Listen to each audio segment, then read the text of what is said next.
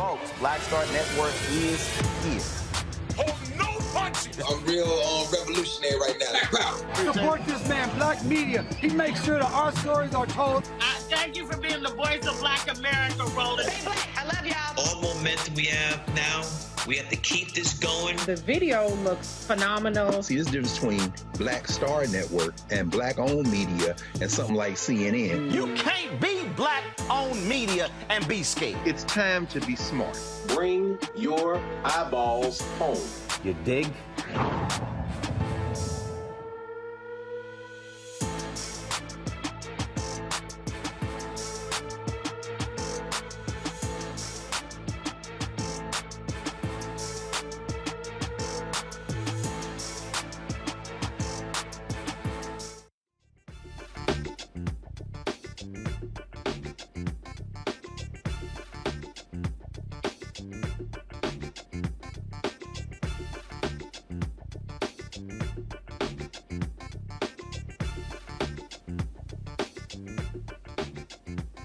Okay, I got it. Tell them. Hey, folks, today's Monday, April 18, 2022. Coming up on Roland Martin Unfiltered, streaming live on the Black Star Network, broadcasting from Fisk University. The Environmental Protection Agency has launched several civil rights investigations over air pollution in Louisiana's Cancer Alley. That's between New Orleans and Baton Rouge, where a quarter of the nation's petrochemical production takes place. We'll talk with the president of the Concerned Citizens of St. John Parish about these investigations. Also, the fight for Manson, Tennessee continues. That is the largely black city taking over their finances by the state comptroller. For now, the comptroller says he will continue to hold the purse strings in Mason, Tennessee. Also in Tennessee, the state Senate gives final approval to a Black History bill requiring state public schools to integrate Black history and culture into the social studies curriculum for grades 5 through 8. All it needs is the governor's signature. Also, a white Nashville councilwoman, well, she's kind of being called a racist for describing white people as white. Also, Florida State Board of Education rejects more than 40% of textbook submissions for math, claiming they contain critical race theory. Yeah, I know, it's crazy. Also, folks, a former Super Bowl champion, Marshawn Lynch, is taking up hockey as a minority owner. Plus, in our Fit Live Win segment, we'll talk about fibroids. We'll meet one woman who turned her own medical story into an awareness mission called the White Dress Project. Folks, it is time to bring the funk. I'm Roland Martin Unfiltered on the Black Star Network, live from Fisk University in Nashville. Let's go. He's got it. Whatever the miss, he's on it. Whatever it is, he's got the scoop, the fact, the find. And when it breaks, he's right on time and it's rolling. Best believe he's knowing. Putting it down from sports to news to politics. With entertainment just for kicks, he's rolling. It's on go, roll, roll, y'all. It's Roland Martin, yeah. Rolling with Roland now. He's funk, he's fresh, he's real, the best, you know he's Roland Martin now.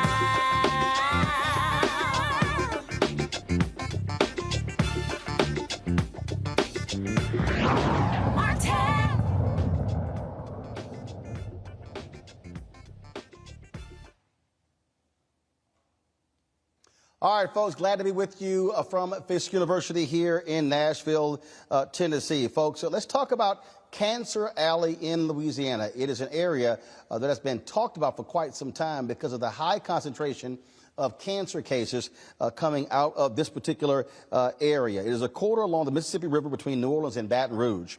More than 150 industrial facilities that produce a quarter of the nation's petrochemicals. Now, folks, this here is a look at all the petrochemicals produced in the area, an area that primarily houses African Americans.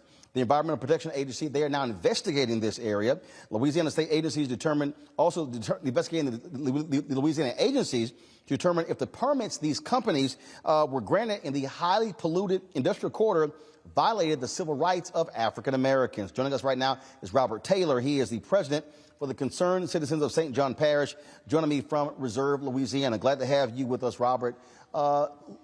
Lay out for us exactly how significant this problem is in Cancer Alley.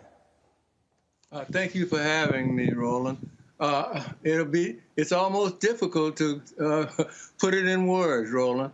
I live in a community that's adjacent to a plant. Well, not adjacent. The plant was dumped on us back in the early 60s. without us having any input into it.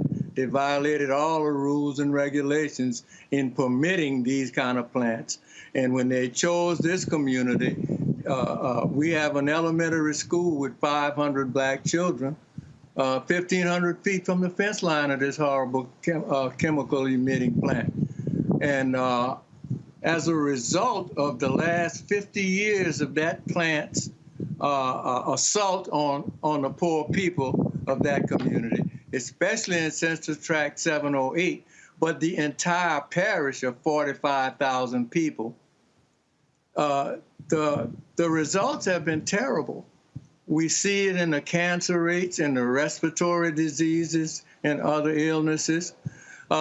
We saw it in the pandemic that came along, where as a result of our compromised immune system, as a result of decades of this, we had the highest death rate in the United States, St. John the Baptist Parish.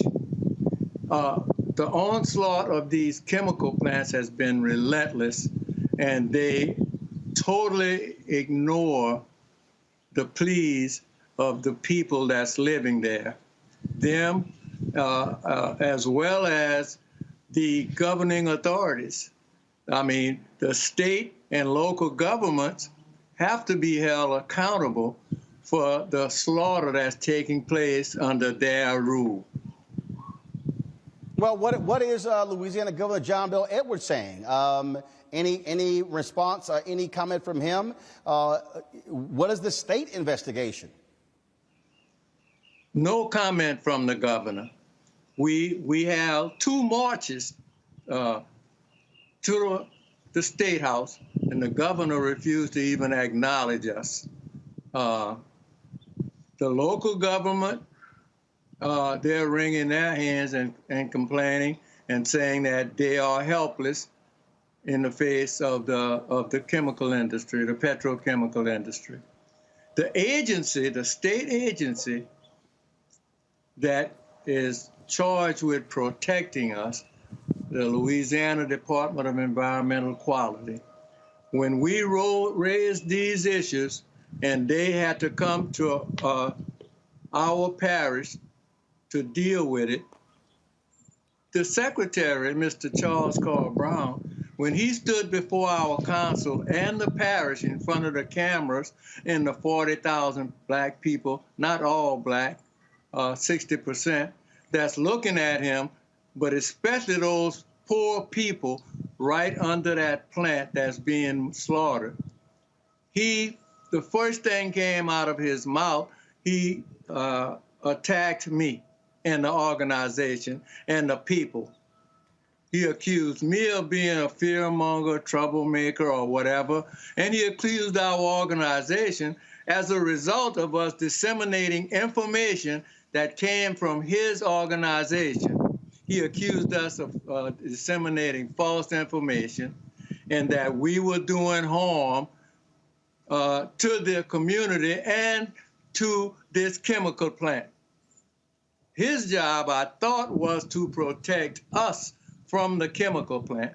He came to tell our people how great a company DuPont Danker was and how terrible we people were who were disseminating false information and fear-mongering. When we learned that our children at Fifth Ward Elementary were under his rule, was being exposed to 400 times the limit set by EPA of that poison coming from DuPont Danker, he came and he attacked us.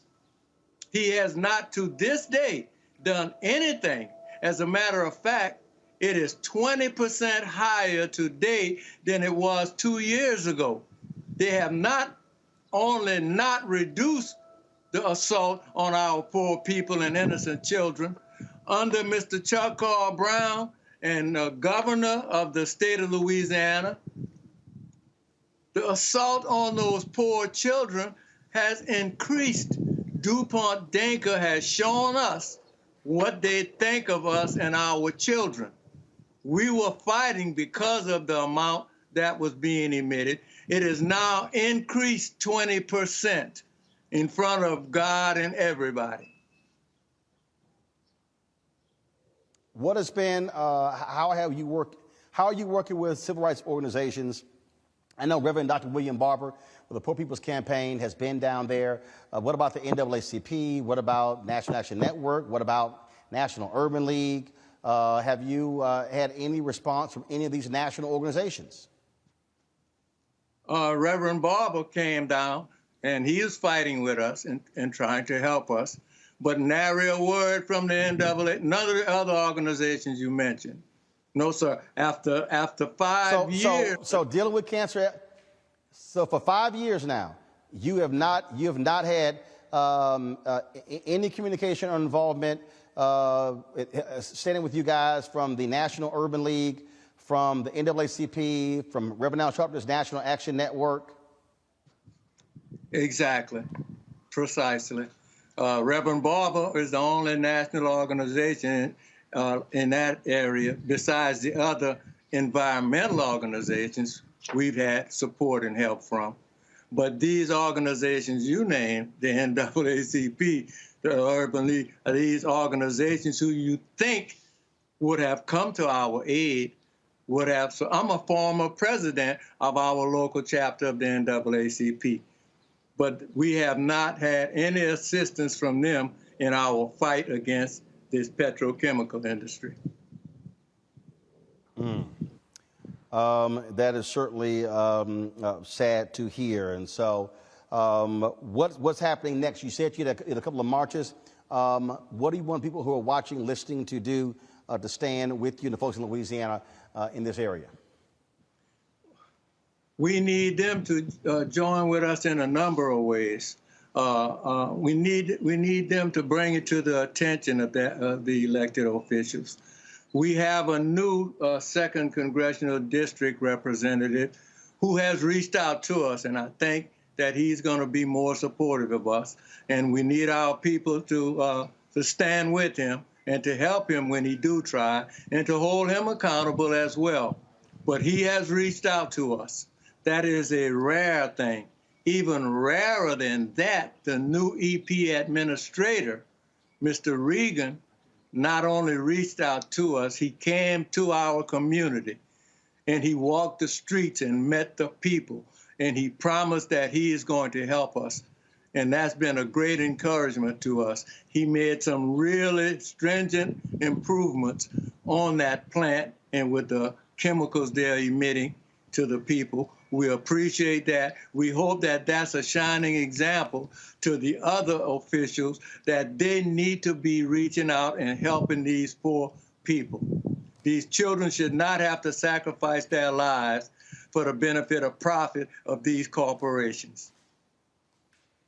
All right. Robert Taylor, President of the Concerned Citizens of St. John Parish from the Reserve, Louisiana. We certainly appreciate it. Thanks a lot. Thank you, Roland. All right, folks, I'm going to go to my panel here. Joining me, Sharon Kay. She's the general manager of WFSK-FM, Jazzy 88, here on the campus of Fisk. Also, Reverend Jeff Carr, founder of the Infinity Fellowship, and Kia Jarman, agency director at the MEPR agency. First of all, what's MEPR? Me, PR. Okay, I was just checking. All right, you know exactly what the heck that Mirror is. for your business. So we were talking to him about environmental racism. This cancer alley that's in Louisiana. And this is one of the issues when we talk about civil rights, we talk about what's happening in our communities. Very few people talk about the environmental racism, but that greatly impacts asthma, impacting African Americans. Air quality is just not one of those issues that you often hear African Americans raising in terms of how our health is being impacted by petrochemical and again the environmental atmosphere. I think it depends on who you listen to, because the folks that have worked on health disparity issues for decades and decades, researchers and activists and public health workers, they've known this and talked about it for a long, long time. But I'm talking about when you think about the collective of African Americans, when you look at these surveys that are done. What are the top issues affecting us?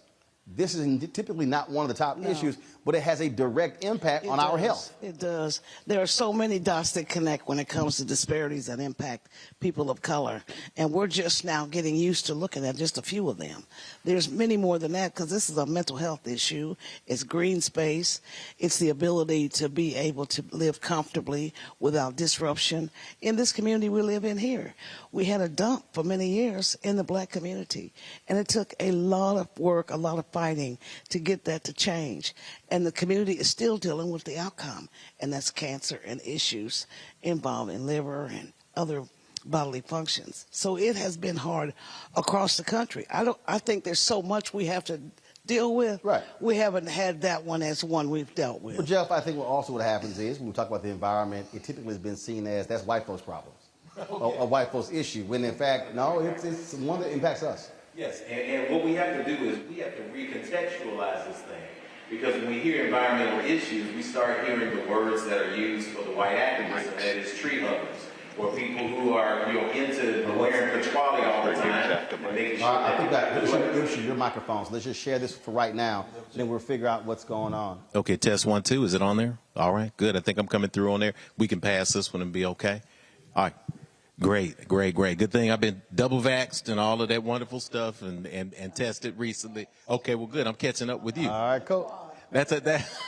And that is an environmental issue as well. When we talk about environmental issues, Roland, we're talking about not just people who are considered tree huggers or people who show up and sit in the park and burn sage and wear patchouli. These kind of stereotypes are there. But we're talking about in Cancer Alley, your guest explained, you have up to 150 companies there in Louisiana who are putting out chemicals like chloroprene, which are proven to be a human carcinogen. These areas often are the only spaces in urban areas where black people can be, because it's also tied to issues like gentrification. It's tied to issues like displacement. And we are often pushed to the marginal spaces, including industrial communities. Those areas that we talked about that Sharon mentioned, the Bordeaux landfill. There's a landfill that was coming off Briley Parkway. All of the landfills that you have that are happening, they're placed in urban communities and in poor white communities. This is groundwater, it's runoff. All of this goes into issues that affect us, from cancer to brain development, to early childhood development, to birth defects. I think this is one issue that needs to rise to the top of the conversation, because, as you said, we talk about black economic development, we talk about politics, but if we are not here and healthy to be able to institute those things, then we're not going to be able to make significant change. We have to start talking about environment and see it through our eyes. Kia, in talking with Robert there, he said that Reverend Dr. William Barber, the Poor People's Campaign, repairs of the breach, they've come down to assist them. He said, but they have not, in 5 years, they have not heard from the National NAACP. They've not heard from Reverend Sharpton's National Action Network or Mark Burrell National Urban League. These are, in terms of larger civil rights organizations, these are the folks who can amplify these issues and actually give them sort of a national imprint. He's saying they need to hear from them, and he was a local NAACP president. Yeah, well, I imagine after this show they may be contacted. I hope they will, because all across the country, as my colleagues here have talked about, we are seeing the disparity all the time. What I will say is that nature is our inheritance. Being able to breathe well is the inheritance our ancestors gave us. And so the reason why it doesn't show up on a survey, it doesn't end up in a press report or what have you, is because we don't have the luxury to talk about not being able to breathe. I imagine that while we're also being shot and killed, which is some of what those other activists are working through, that this hopefully does get an opportunity to be a part of the conversation as well. And again, after this conversation that we have here on your show, I imagine somebody will be calling, I hope. And I hope we also rename Cancer Alley to be more reflective of what the community, the value and the culture of the fabric of the community, not Cancer Alley. That in and of itself means that I'm inviting cancerous behavior. We understand how that works. When we speak all those things out of our mouth, then they become. And so when we continue to call it Cancer Alley, or we continue to allow people to perpetuate that onto us, then of course it's going to continue to be Cancer Alley. And we have a Cancer Alley in every city that black folks live in. But this is also why, look, John Bel Edwards was reelected largely with the benefit of black votes. And this is why also putting a level of pressure on him saying, we expect you to deal with this. You got back in office, but he won by around 30,000 votes. If it was not for a huge black turnout, he is not reelected. And so this is where the pressure has to be brought to bear on this Democratic governor to do more. And if that means launching protests against him, if that means showing up wherever he speaks, that has to happen. Well, he's probably not the only governor to have dealt with environmental issues. Right, but he's the governor right now. Right now, but I mean, for decades, those people in Louisiana and states across the United States have been dealing with this. Our ancestors had to deal with it. So this is not, it's not new, but just to piggyback a little bit off of what you just said, Jeff, it's, as soon as people put it's tied to liberals, or as soon as they say something about the green environment or something like that, a lot of people lose interest and see it as political versus health, and not seeing it as a health-related issue. We didn't even think fried foods messed with us. We ate fried chicken at church all the time, and greens and macaroni and cheese. The church didn't even start changing its diet until the diabetes numbers rose to the level where they are, and a lot of people in churches were losing their limbs. They were getting their legs and feet cut off. A lot of people in churches and families were missing. They had cancer. So we did not discuss it until we started looking at the numbers. And maybe the numbers need to get looked at a little closer. Well, I think that I think you're right when we talk about green. But what we have to understand, even when we mention green, that also is economics. That's a different kind of green. And so, again, it's getting out of the mindset of, oh, you're thinking Greenpeace, you're thinking white folks, tree huggers. No, we're talking about what impacts us directly. Yes, and you want to be around. I'm always a health advocate for people too, and we have to be better advocates for each other, and we have to be better advocates for our communities. Like you said, you have to bring in our organizations that are claiming to stand for the people and push this to the top of the agenda. I go to a lot of meetings and people are talking about how do we leverage our political power. We go to a lot of meetings and people are talking about how do we build housing or how do we get involved in the economy, but you rarely hear the issue of health pushed to the top. On this show, we've talked before. You brought in experts who were talking about everything from diabetes to heart disease to sarcoidosis, an amazing conversation we've had before. And people say, well, I never thought about this before. Well, you need to think about it because we need to be able to have longevity if we're going to be existing in a society where we want to fully participate as citizens. And that's why this is important. If we think about green, think about the color green, think about life, think about energy, think about purpose, think about direction, and think about priority. And when we have this conversation in spaces like this, we push those organizations, as Kia said, to start paying attention more. We want to be in this space, and we want to have longevity. We want to have consistency for our families and for our communities, and we want to be able to build. And this is where we start. Yeah, because it's one thing to say we want jobs, economic development, want to be able to own businesses, but if you can't breathe, who's going to work? If you can't breathe, you can't go to work. Right. And I know this. Look, I grew up in Clinton Park in Houston, Texas. The ship channel's right behind me. So I lived my entire life. I breathe those chemicals. I can tell you the nights when that funk was so major. It just set.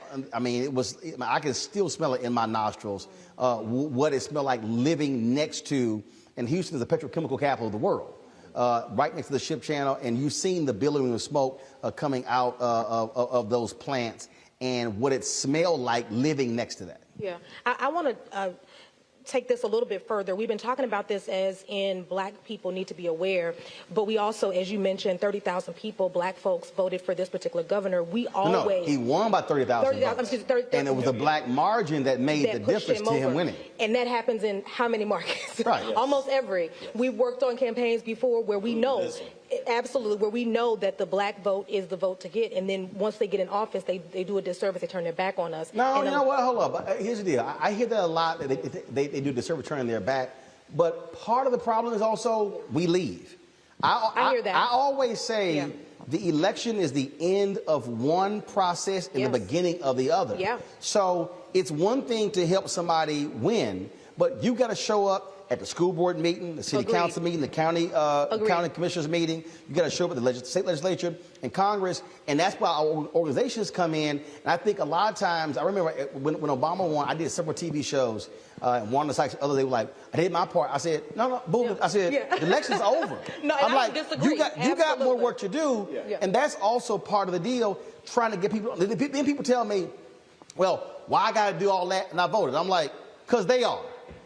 I said, don't think for a second that those you opposing are sitting at home like you are. Oh, no. Yeah. They're showing up in mass. All these crazy white folks we're seeing showing up these school boards, hollering about critical race theory. Children in the school. And they're lying.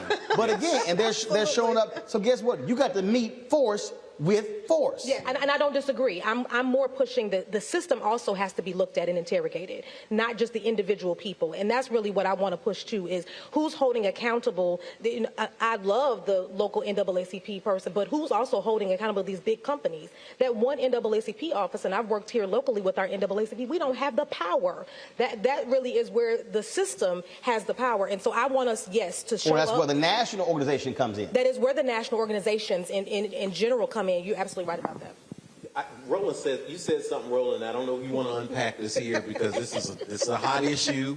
I got to live in the city, and I don't mind because I'm independent. I can say this. But how do we, and this is, I guess, for everybody in this conversation, how do we balance with local NAACP offices the priority with the national office, who has a bigger bully pulpit, when local offices are often finding themselves struggling for support and beholden to some corporations for donations? So how do you walk that thin line? Well, and this is the thing that I talked about earlier when I gave my lecture to the students here, where I talked about being caretakers of the culture. When we talk about this fight for resources, we have to understand that the most fundamental problem that we're facing right now is that African Americans across the board, our organizations, our HBCUs across the board, are almost completely reliant upon white philanthropy. Yes. Yes. And so when I said to them, okay, so y'all walk around here talking about how important Fisk is and you wearing your shirts and everything, I said, but what's your alumni giving rate? When the average alumni giving rate of HBCUs nationally is 5%. That means 95% of all graduates ain't sending a dollar, 50 cents, a quarter, a dime, or a nickel. So we also have to readjust the view where we literally are in a position of demanding, well, why is the NAACP doing this or the Urban League doing this, but then who's funding? So Black Lives Matter is getting all this criticism because of the $60 or $90 million. NAACP got $140 million. Ain't nobody challenging them on what you doing with that $140 million you got from corporate America. And so that's also part of the deal. The reason Color of Change is so effective, they don't take corporate money. Corporations have been trying to throw money at them. True. And Rashad Robinson, all of them, they're like, no, they don't take corporate money. So that's also part of the deal here. How are we going to properly fund our institutions? So we can't demand they do something if we then turn around and don't actually say we're going to help fund you in order to be independent, or, as they say, to fund black liberation. And Sher, you can speak to that because you do fundraising drive for the radio station here at this. We're in one now, so folks can give. But it's very, very difficult to get our community to prioritize. We want everything. We want it and give it to me quick and all that. But when it comes to paying for it, there's no understanding of that. No, okay, I'm gonna push back again. I'm gonna push back here because but here's I think what we have to do.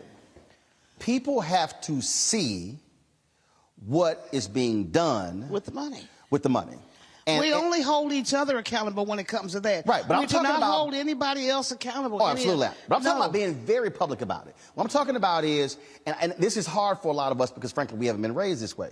I'm talking about literally, and I do it all the time on my show. Y'all, let me explain something to y'all. This costs $55,000.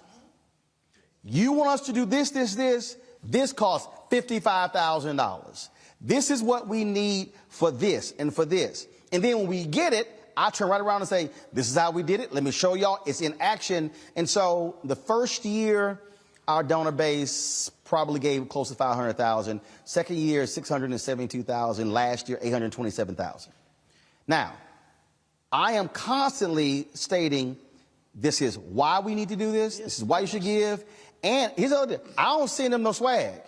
I'm like, every dollar, I'm like, if I send you a hat, a shirt, or a mug, the money, but here's the problem. I tell them, that's money we got to spend. I'm going to put it all here. And one of the things that I hear constantly from people is, you're showing us, and you're so transparent with what's happening with the resources, we see it. Yeah. And I think when part of the deal where people say, well, I don't know where my money is going, we did this. I do that every day, and for every fundraiser that we have. And I invite them to the station to see the equipment that they bought.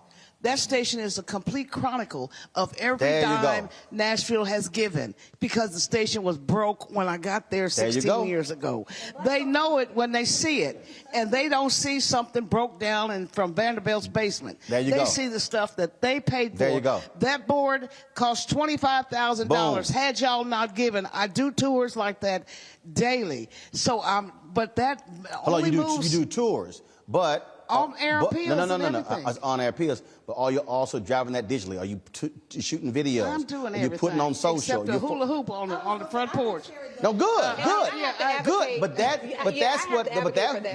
has to be replicated in multiple communities, because I deal with a lot of people who go, man, you know, I'm uncomfortable for asking. I said, you want to be broke as hell or out of business? I said, I ain't got a problem asking for money. I said, but I don't ask for money. I show them what I'm asking money for, and then show them when we use it, and go, hey, that 20 grand, see, that's how we were able to do this here. And people then go, oh, got it, because we give. Oh, we're good at giving. Yes, we give $11 billion, 2/3 of black households every year. I just want to make sure. But the problem is also, how do we then tell people, how do you redirect giving? Because I'm a firm believer. I don't care whether it's church or whatever. You got to show me. You got to show me. But we have to also begin to tell our people, you cannot. I'm telling. It's like I've been I've been at least 65 HBCUs, and I hear these people, oh, you can go to HBCU. I'm like, I don't give a damn. I say I give more money than you have. My whole deal is and I'll challenge somebody. How much are you giving? I don't want to hear it, because you can't tell me it's important if you haven't given. Where you put your money tells me how important it is. And I think the only way our groups are going to be able to truly represent us is if they are truly independent groups that we fund. Otherwise, corporate America will always own them. Or government. Because if you stick state and federal in, and the state schools have to get on their knees to the government, they have to be quiet. They can't speak their mind. They can't teach and train. The state schools can't do it, but all of a sudden, if 5,000, 10,000 graduates show up. But see, again, that's why I go back to the mobilization organization. I've gone to Austin in Texas with Texas Southern University. I've been in North Carolina with the HBCUs there. I've been here, and I'll talk to, and I'll say, look, some stuff y'all can't say. We good. We got this. That's right. Don't worry about it. It's like, y'all sit on over there. We gonna put that heat over here, and y'all just sit there and go, oh, that's them. But you just sit there inside going, hell, you'll keep saying it. But that's the inside-outside game. But the only way that's effective is if 1,000, 5,000 show up. What can happen is if you got 5 or 10 folks show up with the president, advocating. No. They got to feel that heat. Ain't nothing black people have gotten in American history that was not accompanied by heat. Yeah, that's Frederick Douglass. Nothing. Yeah, there's no struggle, there's no progress, and that's part of the foundational space. There's something you said, though, Roland, that I think is important when you pointed out the difference between NAACP 140 million, Black Lives Matter 90 million. There's the transparency issue. There's the consistency issue. Urban League got a hell of a lot, too. And Urban League, too. But think about this, though.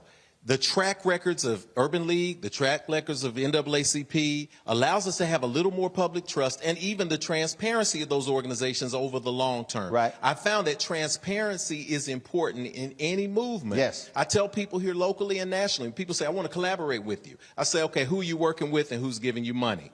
And they said, well, we don't have, why we had to talk like that, bro? Why we can't trust him? He said, no, because I want to know who you repping. I want to know who you repping. I'm going to give you my tax returns. I'm going to give you my yearly statements for my organization, and I want you to give me the same. And I know that when people say, well, I'm not really into that, that tells me that there's something else going on behind the scenes. There you go. So I can't sit at the table with you and go lead the movement if we don't know who you're related to, if we don't know who's giving who money and who's working for who. This is the issue that came up with Black Lives Matter. And this is something that is called in history movement capture. When something starts to come alive, especially if it does not have the infrastructure in place, corporate America, state and local government know to throw money at it.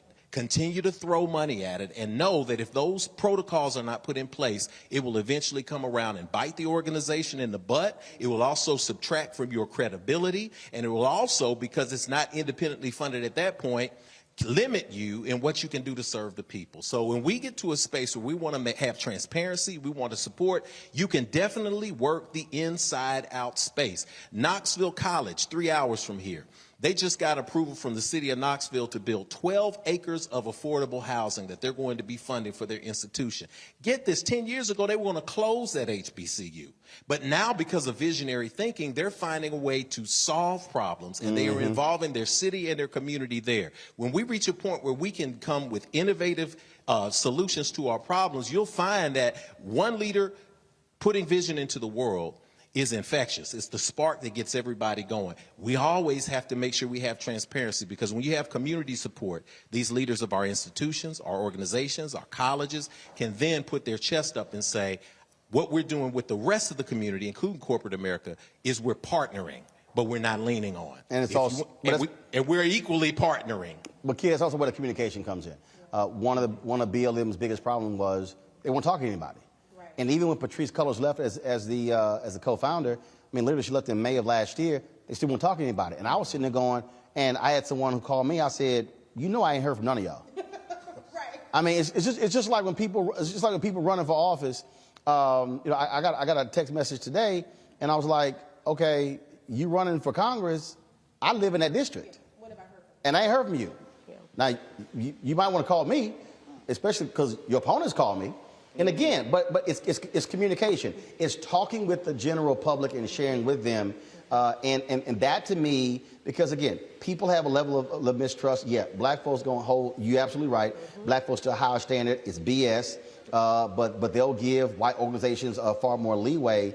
But when you're up front and you're on the offensive and you're not responding or being on the defensive, I think it actually helps. And people say, you know what? I can trust that cat. I can trust them with my money, my resources, because they're letting me know they're upfront about it. Yeah, I definitely call it the McDonald's effect. You know, we don't mind going to McDonald's and knowing that machine doesn't work, that ice cream machine, it never works.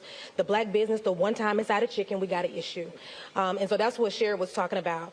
I do think transparency is really important. I also want, again, I always want to go back to the system and the system to be accountable to us as well. And there's been so much harm to our community. That's where the distrust comes from. Why do we always overshare and then they use it against us? They backbite us. And that's a lot of times what we see locally and also nationally. So that's why it's challenging from the communication standpoint to be honest. Because every time we're honest, every time we show a hand, every time we have a TV show that even speaks to the black experience, what do? They use it against us. And so that has happened so many times, it's been challenging. Well, that's also because that's also what happens when you depend on white media. Hello, come on. Again. I mean, I can you just, don't have your own network and you don't have your own thing.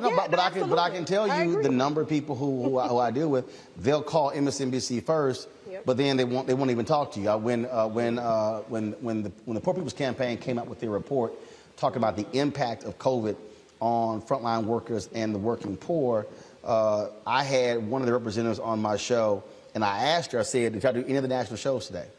And she didn't have the answer. I hit up Reverend Barber, and he said, no. Everybody we reached out to said they were busy with Judge Ketanji Brown Jackson's confirmation hearing in Ukraine. Now, what does that tell you? You got a 24-hour network. You're going to talk about two stories. And only one black story. That's it? Get space for two? One black story. Two? Yeah. Is that, I mean, like 24 hours. I got 2 hours that I'm going to cover 6, 8, 10 stories. But that's also part of the deal. So one of the things I tell our people is stop also living by white validation where you're waiting on them to cover you when you go to black radio, you go to black newspaper, you go to magazines, you go to websites, you go to bloggers, and you build up there. And trust me, they gonna wake up eventually. But if you're waiting on them to call you and they never do, then you can say, oh, we never got any coverage. Yeah, but you ain't called us. I agree. I only really want to go to black media and black press because I know that that's where the story actually gets told. I'm not going to be cut down to 15 seconds or, 7-minute expose. I'm going to be able to really tell the story. And so I agree 100% with you there. And that's why historically black colleges and universities ought to cherish their radio and TV stations, just like ours. And I have to remind the Fist family constantly, you own your own mouthpiece. Would Gabriel sell his horn? Why do we not understand? The first black newspaper, Freedom Journal, we wish to plead our own cause, too long have others spoken for us. Right. Yes. Media is the second most powerful institution in the world behind the military. Why would you blow it off is the dumbest thing in the world. I'm just trying to tell you. So when I say would Gabriel sell his horn, I mean that collectively and across the board to the schools. There's less than 30 HBCU college radio stations in the country. Less than 30. They've sold radio stations. They've sold television stations. They've been talking for the longest about trying to sell the license for the WHUR-TV, Howard University. No, what you should be doing is saying, hold up, we got a full power station, and fine, it's a public broadcasting. Right. How can we work the hell out of this station? Right. There's a way to do it, but you got to have the vision to program it. Well, and our station will be 50 years old next year. It is among the oldest in the United States. It's not the oldest, but it's in that group, that echelon of about 6 or 7 schools that have lasted that long. The last thing HBCU should ever think about is getting rid of its voice. That's right. Its voice directly is a pipeline directly to the community. There you go. Every student, every person that works at this campus, faculty or otherwise visiting or whatever, should know that this university has one of the nation's oldest historically black college radio stations. Not the oldest, but we in the group. There should be something, they should sing it and talk about it all the time, and not just every now and then when it comes up. Because of what this conversation you're having is speaking to the significance of owning your own. You got it. If you got it, then why don't you? You got it, use it. Love it. That's how I see it. If you got to take care of what you love. Hey, I don't care if you're a man or woman. You got to find by it. Go on, wear that swimsuit. No, you got it. Flaunt it. Yes. You got it. Go on. My point. I'm with you 100%. As somebody who understands the power of media, but it's amazing to me how many university leaders don't get it. They don't see it. They don't understand. And then complain when somebody does a story and it's all screwed up. It's like, well, you let somebody else tell your story. Right. Well, either that or they'll take their money to corporate media, because I spent 28 of my 43 years in corporate media, and won't give it to the campus station, or won't feed it back through the pipeline at the campus station to buy a piece of equipment, or to get a new computer, or to pay for some services. They won't put it back in. They'll give it out, and then be upset because they got gouged. Their price was so high they couldn't get much messaging with that. Right. So the frustration is, you and I can have a real long conversation about that. But it's also, and that's why I spend so much time doing these deconstructions to our audience about black-owned media advertising, because a lot of people have no concept of what happens behind the mic, don't understand what we deal with, but also people don't really understand the power of media.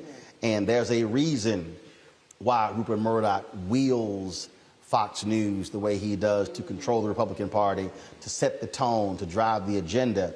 And so I'm always talking about how do we build capacity where we do it ourselves with our own institutions. And so that's also part of that. Got to go to a break, folks. When we come back, we're going to talk about Tennessee now going to be requiring black history to be taught in schools. Yeah, but also with all these crazy anti-CRT people, we'll see how that's going to go. And also a reverse racism complaint here in Nashville. Okay, we'll explain that as well. You're watching Roland Martin Unfiltered, broadcasting live from Fisk University. Folks, don't forget to support the show. Download our Black Star Network app. Of course, our goal is to hit 50,000 downloads by May 1st. Apple phone, Android phone, Apple TV, Android TV, Roku, Samsung TV, Amazon Fire, Xbox as well. And you can also join our Bring the Funk fan club. Every dollar you give goes to support this show. P.O. Box 57196, Washington, D.C., 20037. Don't forget Cash App, $RM Unfiltered. PayPal is R Martin Unfiltered. Venmo is RM Unfiltered. Zelle is Roland@RolandSMartin.com. Roland@RolandMartinUnfiltered.com. We'll be right back. When did you know that this is what I wanted to do? I think right after high school, because in high school I was in all the plays, but I was always funny, but I didn't know nobody would pay me for it, you know? And then I saw Eddie Murphy. This was like 84 when I saw Eddie Murphy. Eddie Murphy was the hottest thing in the whole wide world, not just comedy, but anywhere. He saved Saturday Night Live. If he hadn't starred in that show would be gone. He had done 48 Hours, Trading Places, his first Beverly Hills Cop, could wear the hell out of a red leather suit, and he wasn't but 23 years old. He was rich enough to pee cream, and he got all that telling jokes. I said, shit, I've been funny my whole life. I didn't know people give you money like that, so I went and got some Red Fox albums. I went down to my mama's basement where I was living anyway, and I stood in that mirror and played them albums and them jokes until I could tell them like they was mad. Wow. And that started me doing jokes, and then I went and did comedy in the street. I was standing on State Street, tell jokes and pass my hat, and white folks would come up and just hand me money, and I liked it.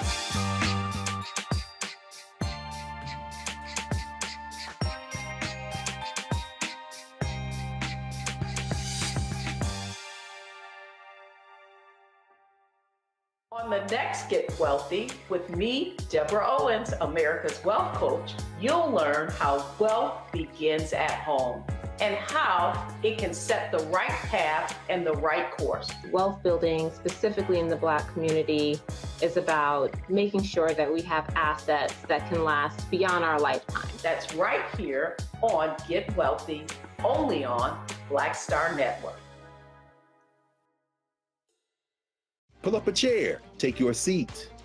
The Black Tape with me, Dr. Greg Carr, here on the Black Star Network. Every week, we'll take a deeper dive into the world we're living in. Join the conversation only on the Black Star Network. We're all impacted by the culture, whether we know it or not. From politics to music and entertainment, it's a huge part of our lives, and we're going to talk about it every day right here on The Culture with me, Faraji Muhammad, only on the Black Star Network.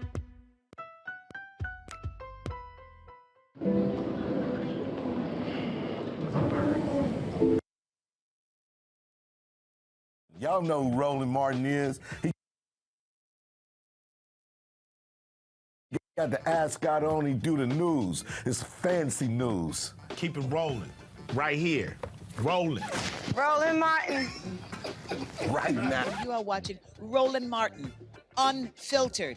I mean, could it be any other way? Really? It's Roland Martin.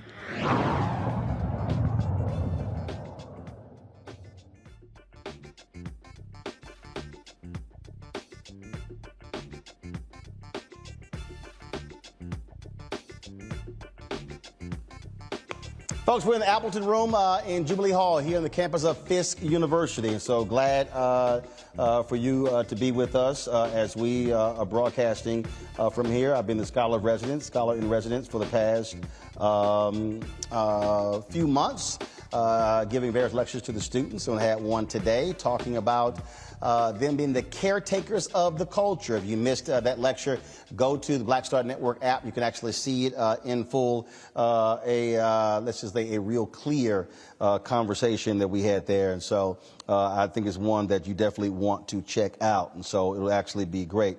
All right, folks, right now, let's talk about, first of all, we got several different stories I want to talk about. One of them deals with again, what's happening here in Nashville. A white Tennessee lawmaker is being called racist by a white-led Tennessee group for calling them white people. Yeah, Tim Tones of West Nashville group Reclaim Brookmead Park issued the complaint against Councilmember Jenny Welsh after she publicly blasted the group. Tones says in the complaint that the word white was used as a racial slur. Here's what Welsh said during a city council meeting. Some tweets and social media posts from HID seem to indicate that some decisions have already been made, and this was actually a pilot for the closure of the encampment in Brookmead Park. You had a meeting just last week with the mayor's office and the rather arrogantly named Reclaim Brookmead Park group. It seems that HID is being very, very reactive to very loud white noisemakers who are inconvenienced by the realities of homelessness. And we can't develop policy or allocate our resources.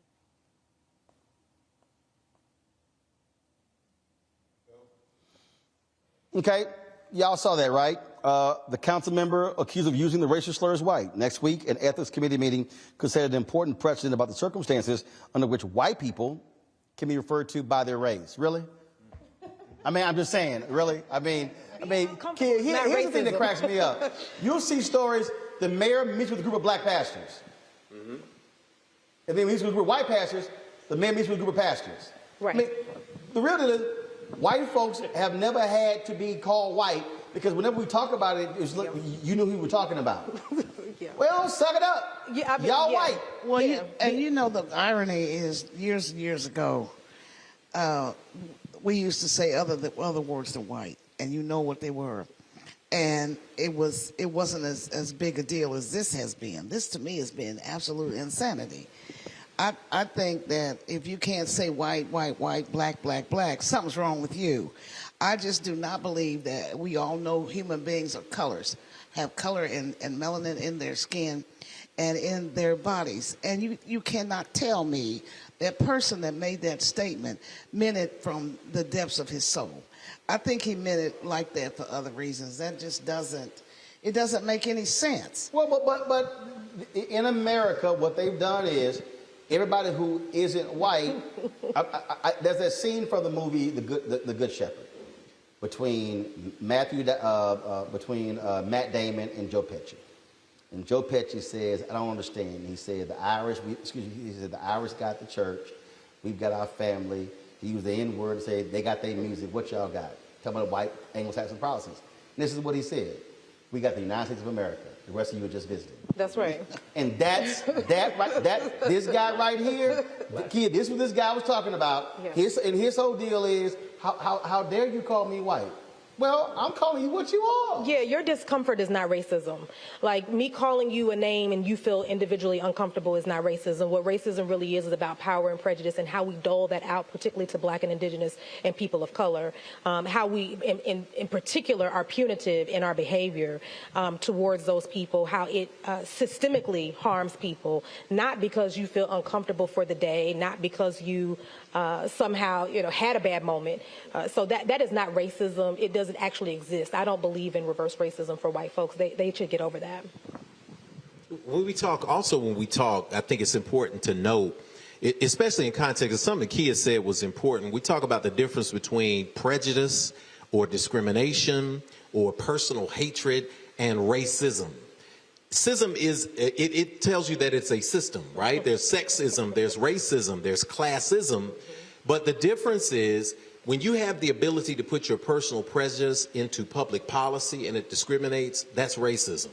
The working model for racism that we see in America is white supremacy. And now to even say white is somehow seen as prejudice or negative or pejorative, and it's absolutely nuts, as Sharon, as you said. But we have to understand the context here because it's not just this one instance with Councilwoman Welsh. She's a councilwoman a district over from my house, and she basically described the same crowd that you see at the Williamson County School Board, fighting against black history and calling it critical race theory. It's the same crowd that shows up and waves the guns downtown on the steps, well-meaning, supposedly well-meaning people who had this issue with a homeless camp because the city of Nashville bowled over Tent City. They bowled over everything and mowed over everything and it gave Fort Negley, they gave people a respite there. We built 6 tiny homes in the first tiny home village in Nashville to accommodate people who were homeless because the city kept driving them out. They made laws in metro ordinances against homeless people being able to ask people for 50 cents with the billions of dollars that are flowing downtown. Now you can't, there's a zone that's a no homeless zone downtown. This is part of a larger system. The area of Bellevue, which was a mostly affluent white greenway space out there, homeless people found a respite there. And the group came together, created a name for their group to say that they're concerned neighbors, and all of a sudden we have a homeless problem and we want to get them out of our neighborhood. And she described them aptly. There's not African American leadership there. There are community organizations that are showing up, providing food for the homeless there, giving them resources, and the white folks in Bellevue want their green space. They want to be able to walk their dogs. They want to be able to play Frisbee. There's nothing wrong with that. But when she described them as a group of white people who are showing up shouting, it was an accurate description. And we have reached a point where we have this space of sensitivity where we can't talk and we can't be honest in how we describe the energy of a meeting. So kudos to Councilwoman Welsh, who is white as well. So if anybody can call a white person, I think it should be another white person. Protect their civil rights to do so. I'm like, if you that sensitive, I mean, Join the club. You need to Sorry, y'all. Let's talk about Mason, Tennessee. A Tennessee judge, folks, declined to stop the state's financial takeover of this majority black town near the site of a planned Ford pickup truck factory. The Nashville Chancellor Ann Martin said the town of Mason's interests are slightly outweighed by the state's need to oversee balanced budgets and financial woes in local government under law. Chancellor Martin said she needed more information about the claims from Mason's leadership. The state is treating the town's majority black leaders differently than prior white administrations who were struggling with their finances. The comptroller, Jason Mumpower, who said his office would keep working with Mason to address its financial issues, released this statement about the ruling. Quote, I appreciate the judge's decision that denies the motion for a temporary injunction. Our office's interest has always been the restoration of the town's financial health and improved financial management. We will continue to work with Mason so that it can pay back its debts, operate on a balanced budget, and deliver timely financial statements. The citizens and taxpayers of Mason deserve a financially sound government that is set up for success. Van D. Turner Jr. is the state legal redress chair and president of the Memphis branch of the NAACP. Van, glad to have you here. Thank you. NAACP sued on behalf of Mason. So what's next? Well, as you read, the temporary injunction was denied. However, the case was not dismissed. So the parties are negotiating.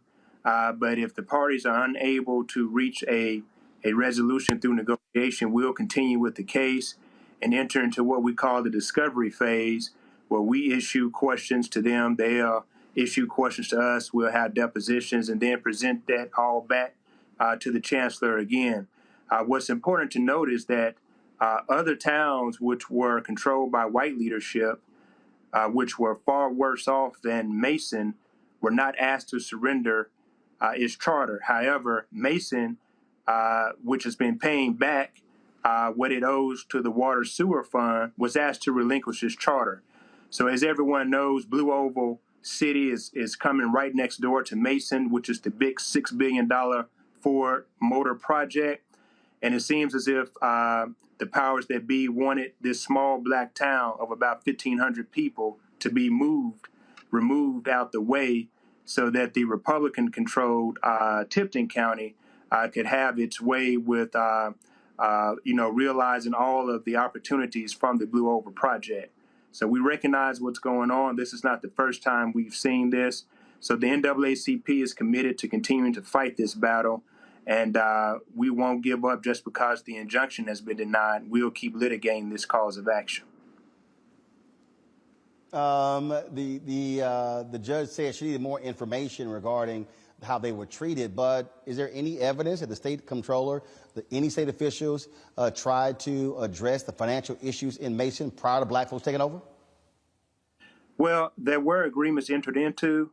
The $1 million was taken out of the Water Sewer Fund out of when there was white leadership. That was about 10 years ago.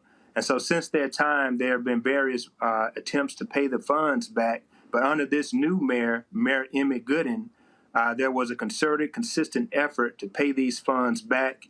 And so it just seems odd that at the time that this black mayor has been doing really a yeoman's job in paying back these funds to the water sewer fund, all of a sudden the comptroller wants the town to give up its charter. And so the big difference here is, again, the Ford Motor Company project coming to town. So all of a sudden, people were not thinking about the town of Mason. Now the town of Mason is on everyone's radar because of this $6 billion project that's right down the road. So I think you hit the nail on the head. Why wasn't this interest shown? Why were not these punitive measures, given out to the town of Mason before Ford Motor sought to come to West Tennessee? So it's very interesting timing. And so that's why, I think we can get the support that we need to get this case back before the chancellor. And I think we can make our case before the chancellor that this is just not happenstance, but there's something that is not right here. And we seek to prove that with additional support through the discovery phase. Have y'all also offered black financial experts to assist the city in their issues? Yes, sir. There's been a GoFundMe page started, and the amount is not a big amount. No, I don't mean GoFundMe. I'm talking about black financial experts to come in and assist the city because in the conversation we have with the vice mayor, it's not like you have a lot of paid city employees. But I'm talking about individuals with expertise in financial matters to assist them with their own financial affairs. Yes, sir. So there's a very well-known accounting firm in town that's black-owned, Banks, Finley & White. They've been around for years. We are reaching out to Banks, Finley & White to assist us with the auditing and other things that are necessary to make sure the town stays fiscally sound. So to answer that question, yes, we have reached out to Banks, Finley & White, and I think that we can strike a deal with that well-known and historic black accounting firm that's not only in Memphis, but I think they have offices in Atlanta and throughout the Southeast. And so the town is confident that with the assistance of Banks, Finley & White and with the support that we think that we can get, not only from the local community, but statewide and nationwide. This is national news now. Again, the town of Mason was only known for one thing, and that was Gus's Fried Chicken. That's the home of, the famous chicken franchise, and nothing much more. But now, since the comptroller has tried to ask this town to relinquish its charter, it has enacted what we would say are punitive measures against this black leadership that's now elected to govern the town of Mason. This has hit the national spotlight. It's generated national attention, and I think that that's good because we need to stop them here, but we need to stop this type of thing happening throughout the nation. We know that several towns were taken over in Michigan at one point in time. We just received information that the same thing occurred down in Georgia at a particular point in time. So this is getting out. I think the exposure is good. And I believe, as you stated, with black professionals coming to the aid of the town of Mason, and with what we will be able to get out of the discovery phase, I think we should be okay as this litigation progresses. All right, Van Taylor, we certainly appreciate it. Thanks a lot for the work that y'all are doing. Thank you very much. All right, going to a break. We come back. Florida, still acting a fool. They're actually getting rid of math textbooks because there's critical race theory in them. I keep telling y'all, white fear is driving all of this in America. We'll discuss when we come back right here on Roland Martin Unfiltered on the Black Star Network, broadcasting live from Fisk University, Jubilee Hall. We'll be back in a moment. On the next Get Wealthy with me, Deborah Owens, America's Wealth Coach, you'll learn how wealth begins at home and how it can set the right path and the right course. Wealth building, specifically in the Black community, is about making sure that we have assets that can last beyond our lifetime. That's right here on Get Wealthy, only on Black Star Network. On the next A Balanced Life, the Bible says that the spirit is willing, but the flesh is weak. After 2 years of hunkering down, we can all relate to that. Spring, sun, and fun. We may be ready to get out there, but our bodies may not be ready to party. On the next A Balanced Life, we're going to get our mind, body, and spirit on the same page. That's A Balanced Life with Dr. Jackie here on the Black Star Network. Pull up a chair, take your seat. The Black Tape with me, Dr. Greg Carr, here on the Black Star Network. Every week, we'll take a deeper dive into the world we're living in. Join the conversation only on the Black Star Network. When did you know that this is what I wanted to do? I think right after high school, because in high school I was in all the plays. Well, I was always funny, but I didn't know nobody would pay me for it, you know.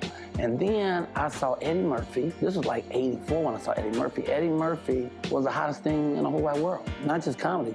But anyway, he saved Saturday Night Live. If he hadn't started that show would be gone. He had done 48 Hours, Trading Places. His first Beverly Hills Cop, could wear the hell out of a red leather suit, and he wasn't but 23 years old.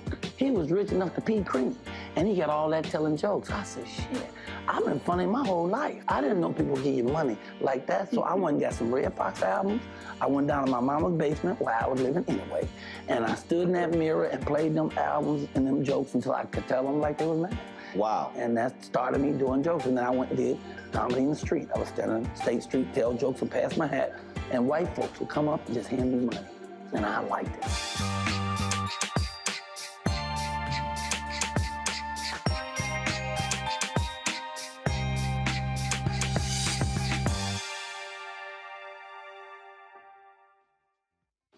This is Judge Mathis. What's going on, everybody? It's your boy, Mac Wiles, and you are watching Roland Martin Unfiltered.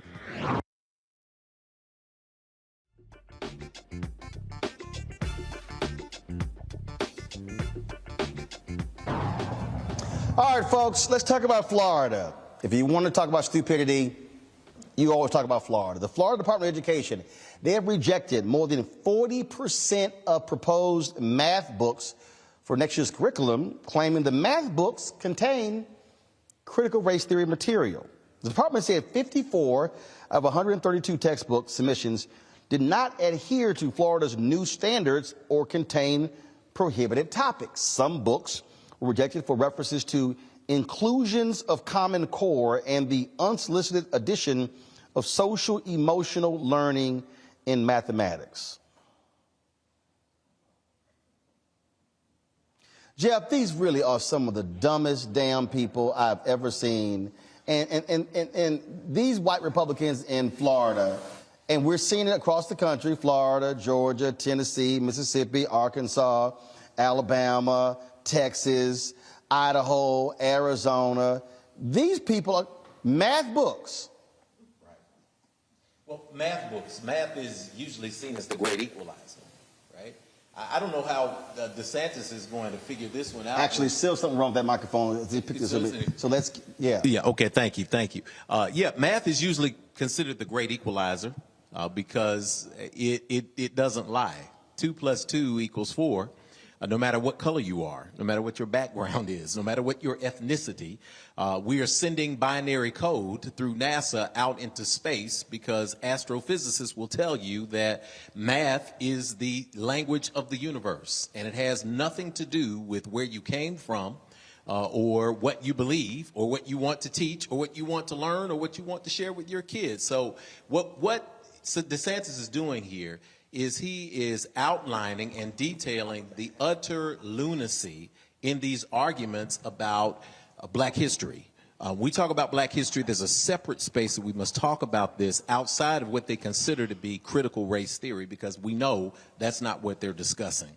When we talk about Common Core curriculum, one of the arguments that was given for denying and canceling 41% of the textbooks that would be in the schools is that the Common Core curriculum, which teaches math by grouping as opposed to carrying the one, is somehow connected to critical race theory. I can't find a connection.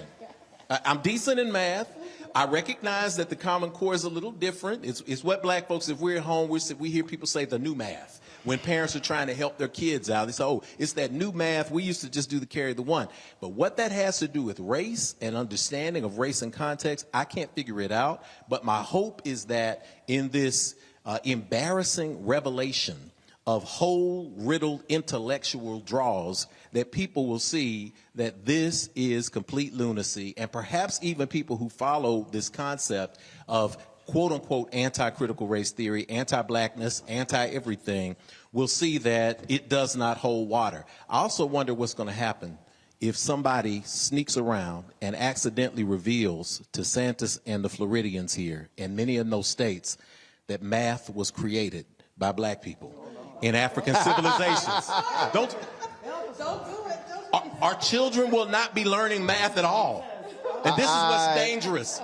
If you point to the Pythagorean theorem, if you take them to the pyramid of Khufu, Khafra, Amenkara, and show them the geometrical designs there and say, isn't it awesome that people of color invented mathematics and introduced them to the world, and that Arabic cultures preserved it through geometry and the scriptures that they put together in their religious teachings. Maybe, perhaps, that is how we just get math wiped away completely from every single curriculum in the United States of America. Sharon, I think these people are taking edibles in Florida. I mean, these people are crazy. I mean, you trying to find CRT in a math book. Right. It goes past edibles.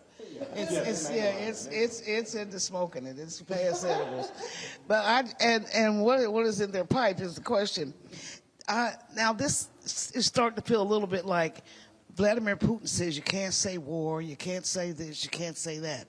We're just leaning in that direction because there's so many words we can't say. When a white person can't say white, and a black person, if we say white, then Lord knows we're going to get sued. And our comfort level doesn't matter. So I just would like for there to be a lawsuit where I can sue when I'm discomforted and something racially is bothering me. And I could change laws or I could ban it. Because the rest of us don't get to do that. It's only people that are elected. And he's auditioning for the White House. I mean, that's all. I mean, and this has really gotten silly. This is now silly. Beyond silly, what I would say is, we talk about Common Core, I would say one of the core tenets of white supremacy is confusion. Mm-hmm. This lives right in the middle of confusion. It is to make people get distracted. It is to make people concern themselves with what analogy will be in the book, or what word problem is in the book that makes us think it's racialized in some way. Yes, we live in a racialized society, but math, as you mentioned, is the great equalizer. The way you deliver math, however, is where racism or race might have its presentation. But I would just say this is, number one tenet of white supremacy is confusion, and this is real confusing to most of us who are smart and been to school, and most of us who haven't been to school. It's still confusing. So either way. For white people, they struggle with it too. And we should not be the only ones that always have to say something is wrong about something. Mm-hmm. They should be fully aware that this is lunacy and it doesn't make any sense. There is enough problems in this world and enough that we should try to fix. And if they do go to church and read the Old Testament, it is nothing but about math and how the temple had to be laid in so many cubits and don't measure. And so I don't know where they would possibly get that from, because it certainly couldn't be from the side of religion or faith. I know. No, I'm just stretching. I'm stretching. I know I'm stretching. I'm stretching. I know I'm stretching. Fake Christians ain't read that Bible. Well, 80% of Christians have not read the Bible completely 100% through. But even if you... Well, I ain't talking about 100% through. I'm talking about These fools here ain't red. They ain't red. Because first of all, this is the same party that will say the hell with the poor but keep voting for tax cuts. We know they ain't read the Bible. Yes. And you might point out that the people in the Bible are African people of color. So that would shock them as well, too. Maybe maybe they'll throw out the Bible. Oh, yeah. That's well, I'm just saying, it's going that way. It's going that way. That space is in there. So, yeah, and while it's shocking, it's also revelatory that one particular company has gotten the contract for everything. They've gotten the K through 5 books. Only one company has received a contract that all of their curriculum. I think something's still wrong. I don't know whether we got a mic. It's just I don't know if it's cable or whatever the heck, but we switch mics. Go ahead. Now we can hear you, sometimes it's a bad XLR. Sometimes it happens to me all the time. When we talk about this context, we also have to tie the economic issues. And I think that when we have an opportunity to do a really deep dive, somebody is going to connect the dots financially. Because there was one company in the cancellation of this 41% of the books, that curriculum books in there, one company's books were accepted K through 5. And when you have that happening, you have the same thing that happens in states where they approve a test model, where the state has a no-bid contract with a particular company to do the testing. We saw this happening with the Bush administration with the No Child Left Behind initiative that he put into the space. So I'm wondering if something like that may be happening in Texas as well, where there are these insiders deals to say, we're going to pick this particular company's curriculum and usher it all the way through while we pick apart everybody else's under the auspices of mathematics teaching blackness. Look at DeSantis, who is funding his campaign. Is that what you're saying? Sure. And the math adds up to what Roland was saying earlier, right. And what you said earlier. Math, yeah. The math is, who am I really talking to? I'm gearing up for a White House run. And this is bigger than just what's happening in Florida. It's speaking to the masses, it's speaking to your people, and saying that I don't care if it's math, we're going to get rid of CRT. Yeah, it's also saying if we don't have anything to back it up, we can still push things through and nobody has the issue. Absolutely. Yes. Absolutely. But look, bottom line is you always follow the money. All right, y'all. Got to go to a quick break. We come back on Roland Martin Unfiltered here from Fisk University. I do want to talk about maps, congressional maps, state maps. Republican judges in Wisconsin approved the maps there. We also want to talk about what Republicans did in this state, breaking this city up. And they already control 80% of congressional districts in the state. They want to control 90. And they could get rid of the black district in Memphis. They damn sure try that. We'll discuss next. You're watching Roland Martin Unfiltered on the Black Star Network. On the next A Balanced Life, the Bible says that the spirit is willing, but the flesh is weak. After 2 years of hunkering down, we can all relate to that. Spring, sun, and fun. We may be ready to get out there, but our bodies may not be ready to party.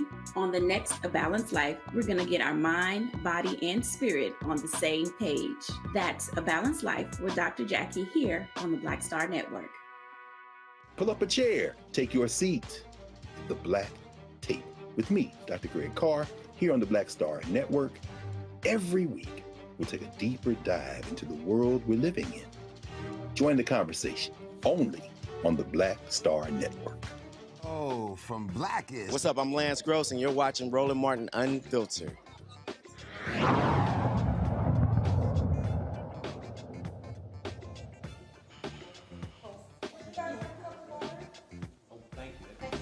Really? You talking like?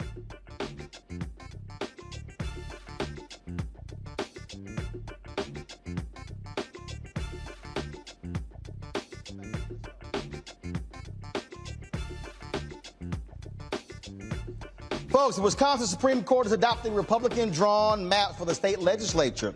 Friday, the state's highest court reversed its decision approving maps by Democratic Governor Tony Evers following the March ruling by the U.S. Supreme Court. State justices ruled Wisconsin's maps were incorrectly adopted. Now, this is one of many states where you have battle lines being drawn in the courts when it comes to who controls various districts. Let me tell you how crazy it is. Again, this is why elections during census years matters, because what happened, of course, Republican legislatures, that's where districts are being redrawn after the U.S. Supreme Court ruled, led by Justice John Roberts, that they don't have anything to do with political gerrymandering. So left up to the states. And so one of the things that you have had is you had some crazy things happening. You see it in Texas, you see it in Georgia, you see it all over. Here in Tennessee, Republicans were so shameful, they literally broke up the congressional district here in Nashville. So there were 10 districts here in Tennessee. Republicans controlled 8, Democrats had 2. District here in Nashville, district in Memphis. Well, they decided to split Nashville into 3 different congressional districts to take away a Democratic representative. Key, I want to start with you. This is, I mean, again, I'm always trying to explain to people how we have to connect the dots. That how you vote in these elections, especially in the census year, matters because the people who control the setting of the maps, they control power for the next 10 years. Congressional maps, state maps as well, state senate, state representatives, and that's what we're seeing. And what they did here was just utterly ridiculous. Well, I mean, that sounds like welcome to Tennessee. We do a lot of utterly ridiculous things. I won't speak too much on politics. That's not my wheelhouse. But what I will say is that watching it from a viewer perspective is frustrating because what it does, it takes away the ability. I have colleagues who are running in those elections. It takes away their ability to really do a good service for our community. And when we talk about community engagement, we talk about how we engage with communities of color, in particular black folks, we're always left out of the conversation until it's time for, as we talked about earlier, the money piece. Until it's, watch where the money goes, watch where you need us, the labor part. But other than that, we're not necessarily valued. And this was a great display of not being valued or valuable to the community or to the politicians because they took away one of our rights, as has happened many times before. Sharon? Well, all I know is that there will be 3 people at the table asking for different things for different parts of this county when we have disasters and floods and tornadoes, and they're all going to be competing against each other.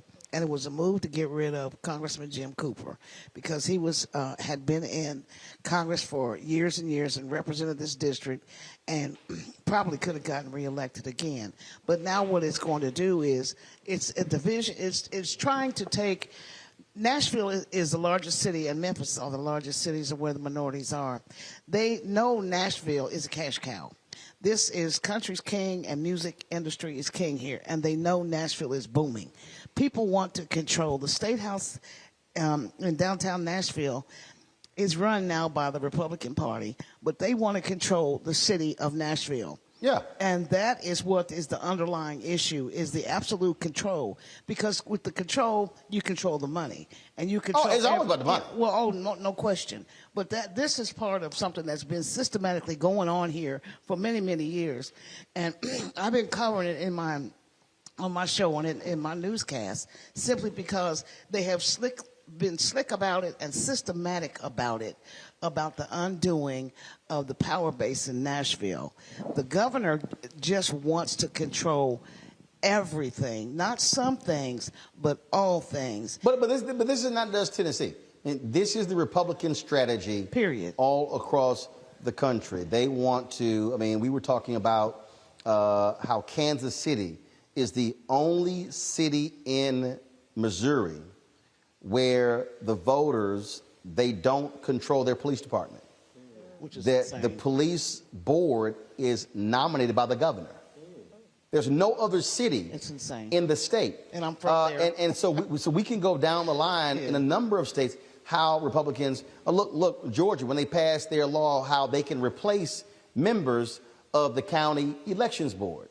They want to put their people, this is about the legal rigging of elections. It is. That's what we're seeing here. It's how they're abusing power. And so what I keep trying to explain to people is this is what we're up against. And this is not just how African Americans are going to respond. It's also how are white folks going to respond? How are these so-called white liberals or white independents going to respond as well? When we talk about democracy being in danger, that is real, Jeff. What we're seeing, it is in serious danger in this country because what they are trying to set up in 2022 is a test run for what they want to execute in 2024, and that is to make the big lie, Trump's lie, real, and they want to steal elections, city, county, state, federal elections. They want it all. Yes, and I think you're right when you say that this is a test run for the future. This is all very systemically connected here. So it is no secret. Is it working my good? Do I need another mic? Okay, well, good. Wait, we're here. I'm going to make sure I set this down gently. I don't drop the mic. But when we talk about systemically what's going on, all these dots are connected. Nashville was considered a blight on the Republican Party because of gerrymandering that took place when we were not paying attention over the last 20 years of what happened. Tennessee was a Democratic state. It was more blue than this tunic that I'm wearing right now. It was solidly in the columns of every presidential candidate for the last 30, 40 years. Governor Ned Ray McWhorter had the state Senate and the local representation in the state legislature. All of that was locked down. And what happens is Democrats got lax. And they stopped doing voter outreach, and they stopped doing outreach to minority communities. And what happened is power got shifted to rural America. If you want to understand how this works, look no further than the governor of the state of Tennessee. I have to remind people when I tell them for Tennessee, they say, y'all crazy down there. I said, look, no, we're not crazy. It's not us. It's the result of 20 years of political strategy that has gerrymandered our state and given more power to the rural communities. It's almost as if you're using the Montana model, where somebody in Montana who literally has 6 people per square mile living there has more power than a city block that has 100,000 people living in it. And that's what's happening here. When we talk about rural communities like West Tennessee, it's the same issue that we talked about with Mason when the president of the NAACP was on here. Mason, Tennessee is a test ground as well. You've got a city of 1,500 people in an area of West Tennessee that is primarily black. The governor of the state of Tennessee makes a deal with the town called Stanton to bring this blue oval city here, gives $500 million to Ford as an incentive to bring them there, then partners with Ford, who is investing $6 billion, SK Innovation, who is the microchip and the battery maker from South Korea that is also partnering with Ford, are putting another $5 billion into it. All of a sudden now the city is in financial trouble. So you have this connector city, 2 hours from here, 12 miles from Stanton, 47 miles from Memphis, but now you have a chance for black political empowerment to raise its head in West Tennessee again.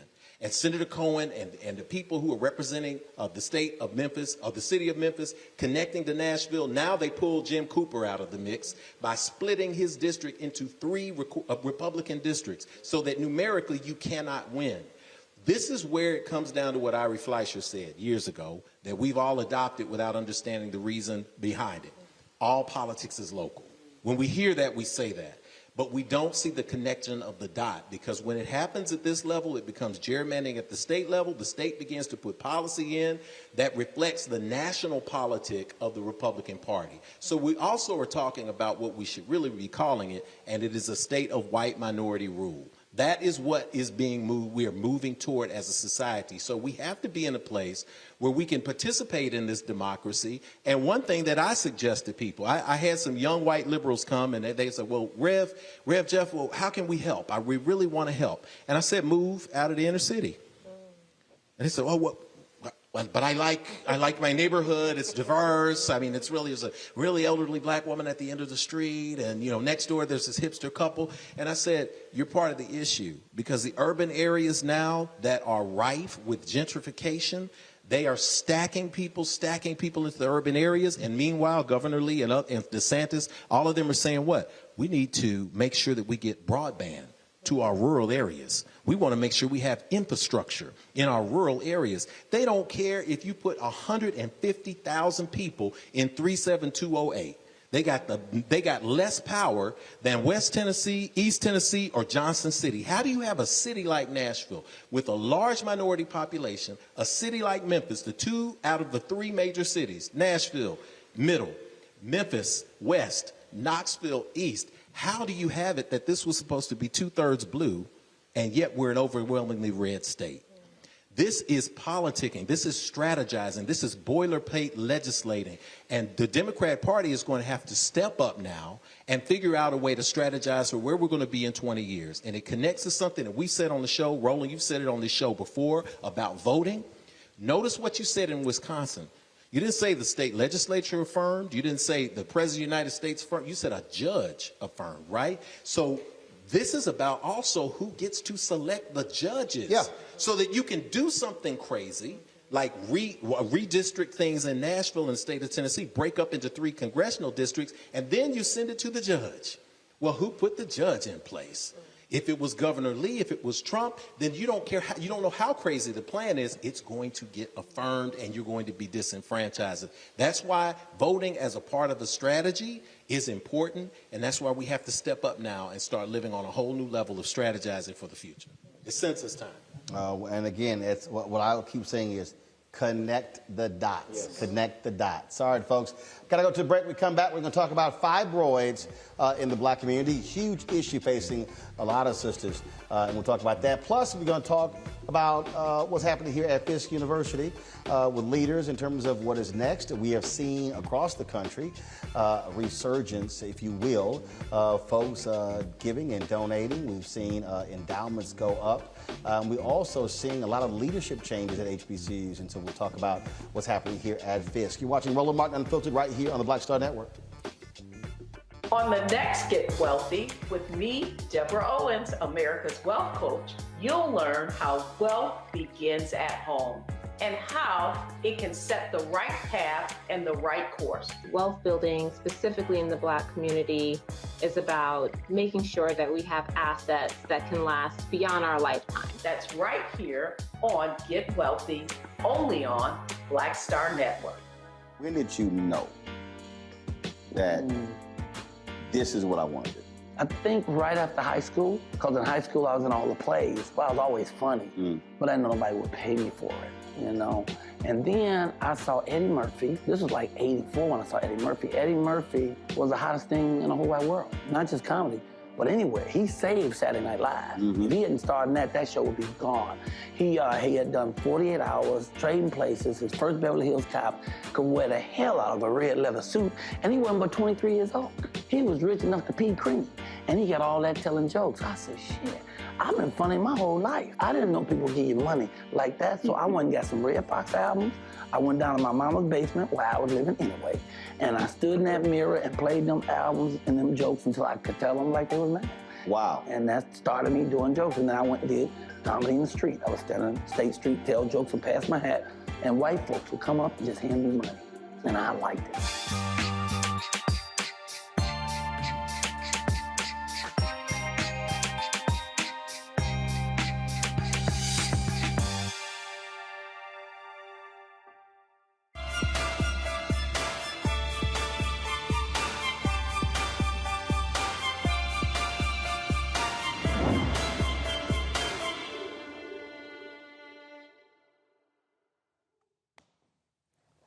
All right, folks, I'm going to actually get to Fit, Live, Win in our next segment. But right now I want to talk about being here on the campus of Fisk University here in Jubilee Hall. COVID, of course, has greatly impacted HBCUs all across the country. Folks are now, in many campuses, getting back to having students back on the campus. As not only the impact in terms of classrooms, I've talked a lot about the amount of money that has actually come from the federal government over the last couple of years from 9 different pools of funding that has greatly impacted historically black colleges and universities, but also what has happened to HBCUs in the aftermath of the death of George Floyd, the kind of investment that's also taking place on various campuses. And so let's talk about what's happening here at Fisk with 3 representatives. The students start from the far left, from my far right. Tell everybody who you are. Microphone. Use the microphone. I'm Arnold Berger, and I'm interim provost and vice president for academic affairs. LaTanya Rogers, associate professor of English here at Fisk and director of the honors program.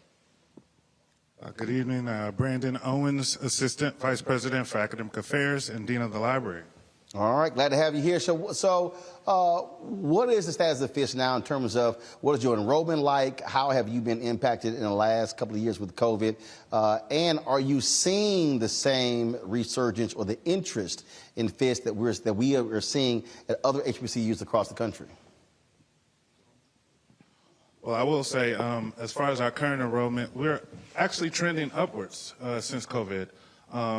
which is actually a blessing in spite of everything that's been going on. We have benefited from the funds. I know personally with me and as Dean of the Library, the CARES Act provided a lot of money for us to provide digital resources to our students, and that was a big area that we wanted to focus on, making sure that the students still had the same level of access online that they previously had on campus. With the resurgence, we haven't really seen that number yet here in Nashville. We are intending to have face-to-face graduation. We did have a return to mask indoors and outdoors this past week, but as far as our numbers, we are still looking good, and we're projected to close out this semester fairly good. Now, when you said an increase in enrollment, is that have you seen an increase in online enrollment? Is that where the increase is coming from? A combination of creating new programs. We have a satellite campus that's in Clarksville now that's focused on working with veterans because of that location being close to Fort Campbell. So we're in launching new social justice programs as well as academic programs that are going to generate more interest in student enrollment. The focus is continuing to do face-to-face, but our enrollment increase has been due to, I would say, the climate as far as historically black colleges and universities and the interest in those again. I think it's the new Negro movement to me, and I think it's a blessing. I sort of labeled it the third Reconstruction, in that in the aftermath of George Floyd's death, the focus on social justice, the amount of money that has been committed, not only from foundations, but also from corporate America as well. And then, I mean, I can tell you, you go to a lot of these places and all they're saying is HBCU, HBCU, HBCU. But what I've been challenging HBCUs on is making sure they're not getting pimped in that process. That if folks want to sit here and talk about HBCUs, that they're actually ponying up the resources. You're also building your first, President Newkirk said, what, your first academic building since 1960 that's being built? Building that started more than a year and a half ago. Pretty soon we'll have it ribbon cutting ceremony, and it's primarily will be used for development of career development of our students, to have a place where they can interact with the job fair people who come on campus to recruit our students. Well, that obviously says a lot if your first new building, your first academic building since, as he put it, since Eisenhower was president. I mean, that, and again, that's what a lot of HBCUs are dealing with, older buildings, trying to make that level of reinvestment to be able to compete with the new generation of students. Yes, so at the time, 60 years ago, Fisk enrollment was at peak, around 14, even 1,600 students. And then we experienced a huge drop over the years. And only in the past 4 or 5 years, we're back to the slope onward. And that went hand in hand with very good fundraising, even before the Black Lives Matter movement. We experienced like a threefold increase in fundraising in the past years. And it's very steady and continuous, and as you said, private donations are up, in particularly aimed at supporting stipends for students and fellowships, and both at undergrad and the graduate level. But look, the university was dealing with a financial issue. Doc, you came from Howard, you also coming here, and that was a major issue. And that is when you talk about those negative headlines chase people away. They do, but in the aftermath of George Floyd, I think people are more interested in what you're now calling the new Negro movement. I've been teaching a course this semester called the Harlem Renaissance, and we've been talking about how students are beginning to look back toward culture, back toward race. Fisk University has always been the center of cultural, racial, social justice matters in this city. And I think now with new presidency, new laws, new interest, Fisk University is re-emerging as a center of social justice in this city. And we've just named a John R. Lewis Center on campus. He is was an undergraduate student here at Fisk. W.E.B. Du Bois was an undergraduate student here at Fisk. And so Fisk has always been at the center. And I think the interest is returning to the HBCUs in the aftermath of George Floyd. You're located, obviously, Meharry is right across the street. Talk about the focus on science and how critically important that is to building and developing your next generation of students, taking advantage of the proximity to Meharry. Yes, we do have a bridge program with Meharry that gets our students to a doctor level within 5 years. I think that's a great benefit, and we've always partnered with Meharry since it moved here in 1930. A lot of people don't know, but Meharry's library was actually on the campus of Fisk University for more than 30-something years, where the students walked over and accessed Cravath. They had their own branch. But as far as the connections with science, it goes far beyond just medicine, and Dr. Berger can focus on a lot of the Science Foundation funding that we get. But as well, we have a lot of funding that's coming through partnerships. Right now, I'm teaching a class with partnership through HTC, T-Mobile, as well as a company called Victory XR, where we're taking students into the metaverse and using the metaverse to instruct students. And I'm using that platform to show them how they can use their history background as well as the technology in the HTC and the metaverse and VR, virtual reality and 3D scanning to teach history to the world online. Because it gives people an opportunity to leave their space, leave their home, go anywhere in the world, and you can talk them through the space, have them experience that space. And I think what we're trying to do is create a cutting-edge environment for African-American students to be able to compete in the future, in the near future, especially in technology, as well as medicine and physics. How are you also dealing with, and look, we've seen this, Morehouse's campuses, we've seen it at Howard. Students are protesting living conditions, they're protesting food, cafeterias, things on those lines. And so how are you also ensuring that you have a strong quality control when it comes to dorms, when it comes to food? Because you got students that are paying a hell of a lot of money to come here, and those are two big issues for students. Goes hand in hand with the enrollment. When finances are up and when donations are up, we survey the students every year to know exactly what are our weaknesses and address them. But you also need to have the funds to address those. And now we are able, more than in the past, to address all those deficiencies.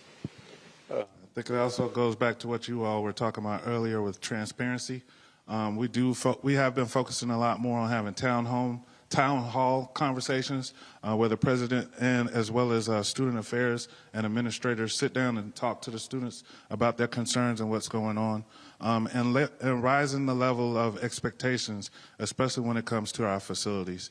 That's always been an issue, especially I've seen at HBCUs across the nation. But I think the focus is listening to the students and being specific about addressing those concerns in a timely fashion.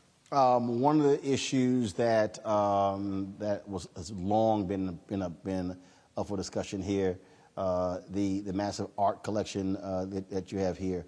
What are Fisk's plans for that? Traveling road shows? How are you taking advantage of that?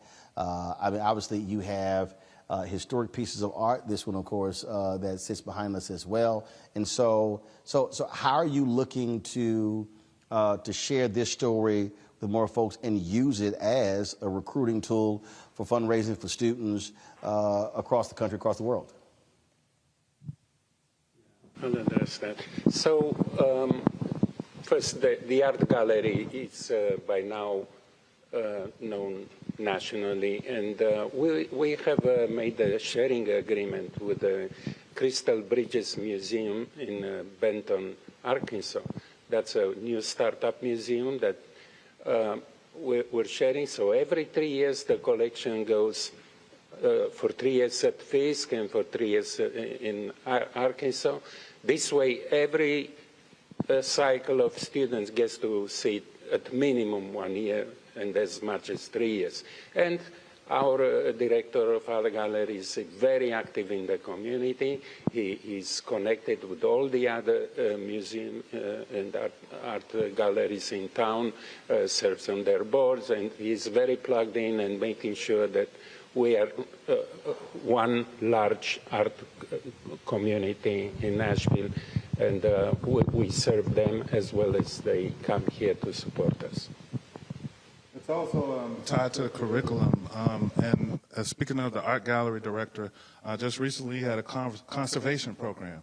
So we're tying it to the sciences as well with the students, getting the students involved with conserving the paintings and looking at the scientific background of maintaining that piece of artwork of over the centuries, as well as dealing with things like light and storage. And then also tying that to digitization, getting digital exhibits and collections online and available for the world to see what we have here, because it is, I'm not going to lie, it's a gold mine as far as the wealth of not only artwork, but historical books as well as artifacts that are here and in our possession. And I wish I missed your conversation earlier, because I think that's a big issue right now as far as us being gatekeepers or controlling our culture. One of the big things that I've been really resistant on is this whole Getty image grant that they're talking about, focusing on getting HBCU photographs. And I've been really, a lot of people, when it came out, they started sending me messages, why don't we do it, why don't we do it? It'll get all our stuff online. And like I told them, I said, look at this deal that they're offering us. They're talking about, okay, they're going to take all our photographs, they're going to digitize them for us, but then at the end of the day, we're only going to get 50% of the profits. They're going to say they're going to invest 30% back into the project, and 20% is going to go to funding the whole grant. So why can't we create our own platform and put our own pictures out there and sell them and license them ourselves instead of giving them the Getty images? I was appalled at the fact of when you had the riot on the Capitol, in less than 2 hours, you had Getty image on the pictures of the people rioting. So obviously there's a government contract where they have the security images or the footage before it's even produced. They own it. No. What they had is they had their photographers that were there. And so what happens is, you talk about, look, what has happened, the explosion of the internet has caused archival photos to be, as you said earlier, a gold mine, because they're now using commercials, they're using other projects. And what ended up happening was you had a number of, in every city there was always this one black photographer who shot everything. Yeah. And what happened was the families had no understanding of the value, was sitting in boxes, and so Getty and others were literally traveling around the country, snapping up photo archives for pennies on the dollar. And then, and you're talking about when Dr. King, when others would come to cities, they were literally staying in homes. So they had these amazing photos. And so now, if you want to buy one of those photos, you're spending $300, $400, $500 for one photo. And so photo archives have become hugely valuable. And look, I ran the Chicago Defender, and the Chicago Defender's archives are in terms of the folks who are requesting historical researchers, it's like in the top 3 or 4, top 3 to 5 when it comes to African American history. They also we're not properly monetizing it. And so that's what I was talking about earlier when I was talking about how we are literally giving our culture away. And we're taking small dollars right now, and other folks are making millions and billions. Passive and income. then we're wondering why our institutions are broke. So that absolutely is a part of this piece. There's a group called Obsidian out of Chicago, where there actually is an archival project that serves that particular purpose to maintain. It is a gold mine, and these large companies are just, again, people are jumping at the small amount of dollars, but not understanding the bigger. As Master P said, when Jimmy Iovine offered him $1 million, he said, "Wait a minute, this guy's offering me $1 million. What am I actually worth?" And he turned him down. And his brother C. Murder was like, "Dude, what's wrong with you?" He said, "If that man's offering me $1 million, I could be worth 10, 15, 20. So why am I going to take the $1 million?" Exactly. And that's why he turned it down. And so that's part of the thing that we're also dealing with in all of our institutions. Go ahead. Well, and think that's so interesting because what you're talking about is controlling our narrative. Exactly. And I think, in HBCUs may not have the best dormitories. However, I think our students are really coming to HBCUs more so now than ever because they're interested in being purveyors of their own culture. They're interested in learning how to share that, how to become the narrators of their own stories. And so it's really interesting to hear you all talk about capturing that narrative, being able to tell that story, and then being able to monetize that story rather than allow someone else to come in and monetize that story. And I think that is one of the benefits and beauties of an HBCU, is that those of us who choose to work at institutions such as these really are interested in maintaining the culture and really are interested in teaching our students how to do the same. And so more so than ever, I think our students feel the love from us when they come to our HBCUs. They are learning about themselves, they're growing, and eventually this world will be theirs to manage. And so those of us who are here, we're doing our best to give them the tools and the skills they need to be able to be cultural purveyors. Well, that's why what I have said is, I've said this a few weeks ago with my commentaries, that HBCUs should be examining every single contract, every media contract, every rights deal, and fully understanding it that's coming from any of the conferences. And if you have HBCU presidents and board members who have no idea what the hell they're talking about and no expertise in that area, then there are African Americans who are experts in these areas, who are experts at TV rights deals, who are experts at licensing deals, whether it's art, whether it's photographs, whether it's video, all of those things, and they should be tapping into that knowledge because I can tell you, as somebody who has sat down with many HBCU presidents, many boards of trustees, you have people who are sitting on these boards who do not have expertise in these areas and not realizing they're leaving hundreds of thousands of dollars, millions of dollars on the table because they don't know, because they're getting played by people who know they don't know. And so that's also just one of the things that I think is important. So glad to hear how things are going. Sorry Dr. Newkirk couldn't be with us, but we'll definitely get him on again. And so good luck what you're doing here. Thank you. All right, folks, when we come back, we're going to chat Fit, Live, Win, fibroids, and African-American women next on Roland Martin Unfiltered on the Black Star Network. Folks, Black Star Network is here. I'm real revolutionary right now. Support this man, Black Media. He makes sure that our stories are told. Thank you for being the voice of Black America, Roland. Stay black. I love y'all. All momentum we have now, we have to keep this going. The video looks phenomenal. See, this difference between Black Star Network and Black-owned media and something like CNN. You can't be Black-owned media and be scared. It's time to be smart. Bring your eyeballs home. You dig?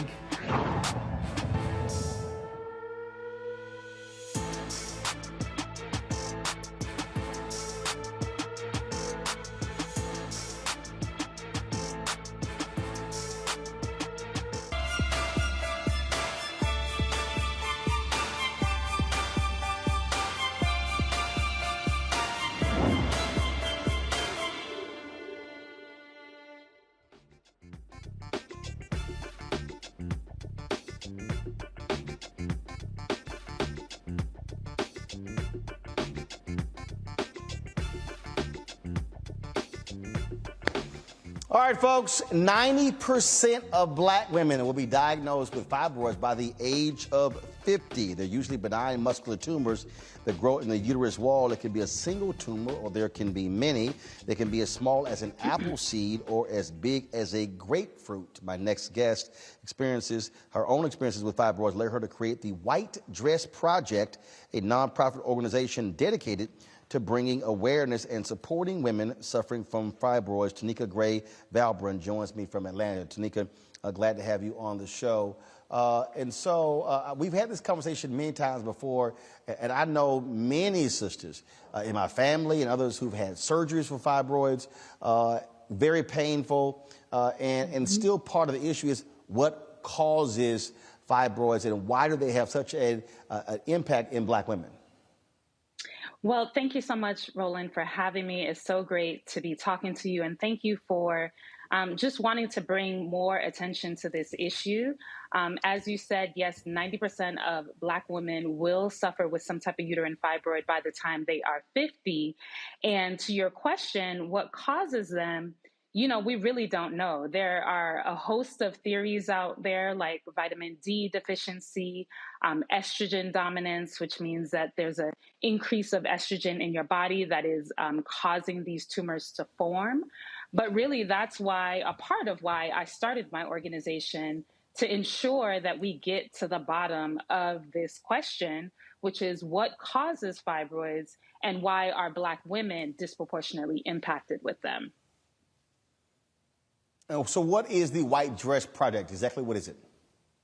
So the White Dress Project is an organization that we're a nonprofit that I founded based on my own personal story. It was so interesting to hear the last segment when the FISC executives leaders talked about owning your own narrative. And that's what I wanted to do. I really wanted to get support for suffering with this condition. I felt that this was an issue below the belt that nobody talked about. But when I got with my girlfriends, my cousins, my family members, everybody was like, yeah, girl, everybody has fibroids.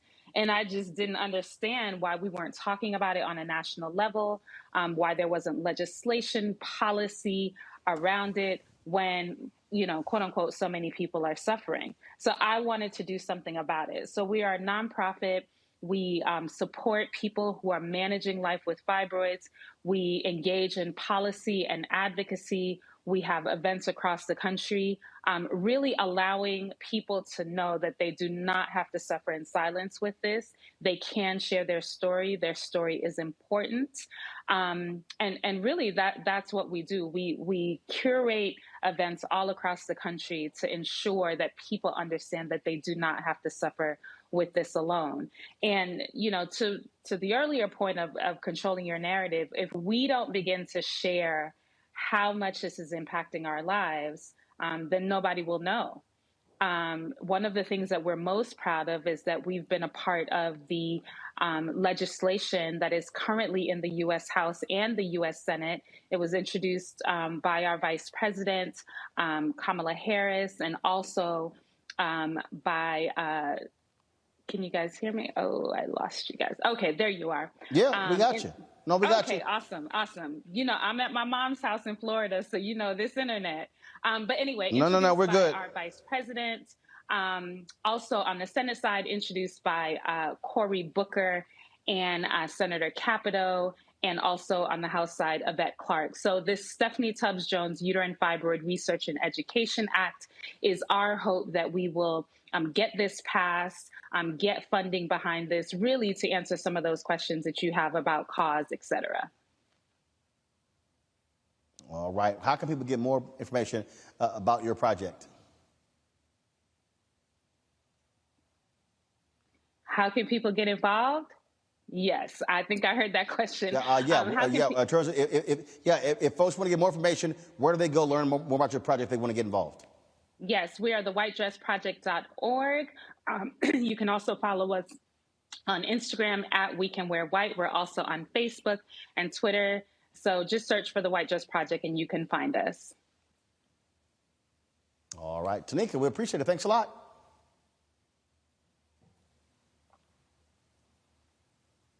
Look at my panel here. This is a perfect example of one of the things we talked about, research. How often we are not participants in studies, things along those lines. And this issue of fibroids is a major one. You talking about 90% of Black women by the age of 50? There should be a hell of a lot more research being done on the issue of fibroids because of their impact on Black women. Yeah, I was looking during the break at University of Michigan, and they've done research around why there is no research for the Black women. There are research why there is no research. There's quite a bit of research. That's a short project. That's a short project, right? There's a lot of research around Hispanic women who have fibroids. The unfortunate part about having fibroids is that there are indicators, but there's no real research that, of course, shows what it's linked to.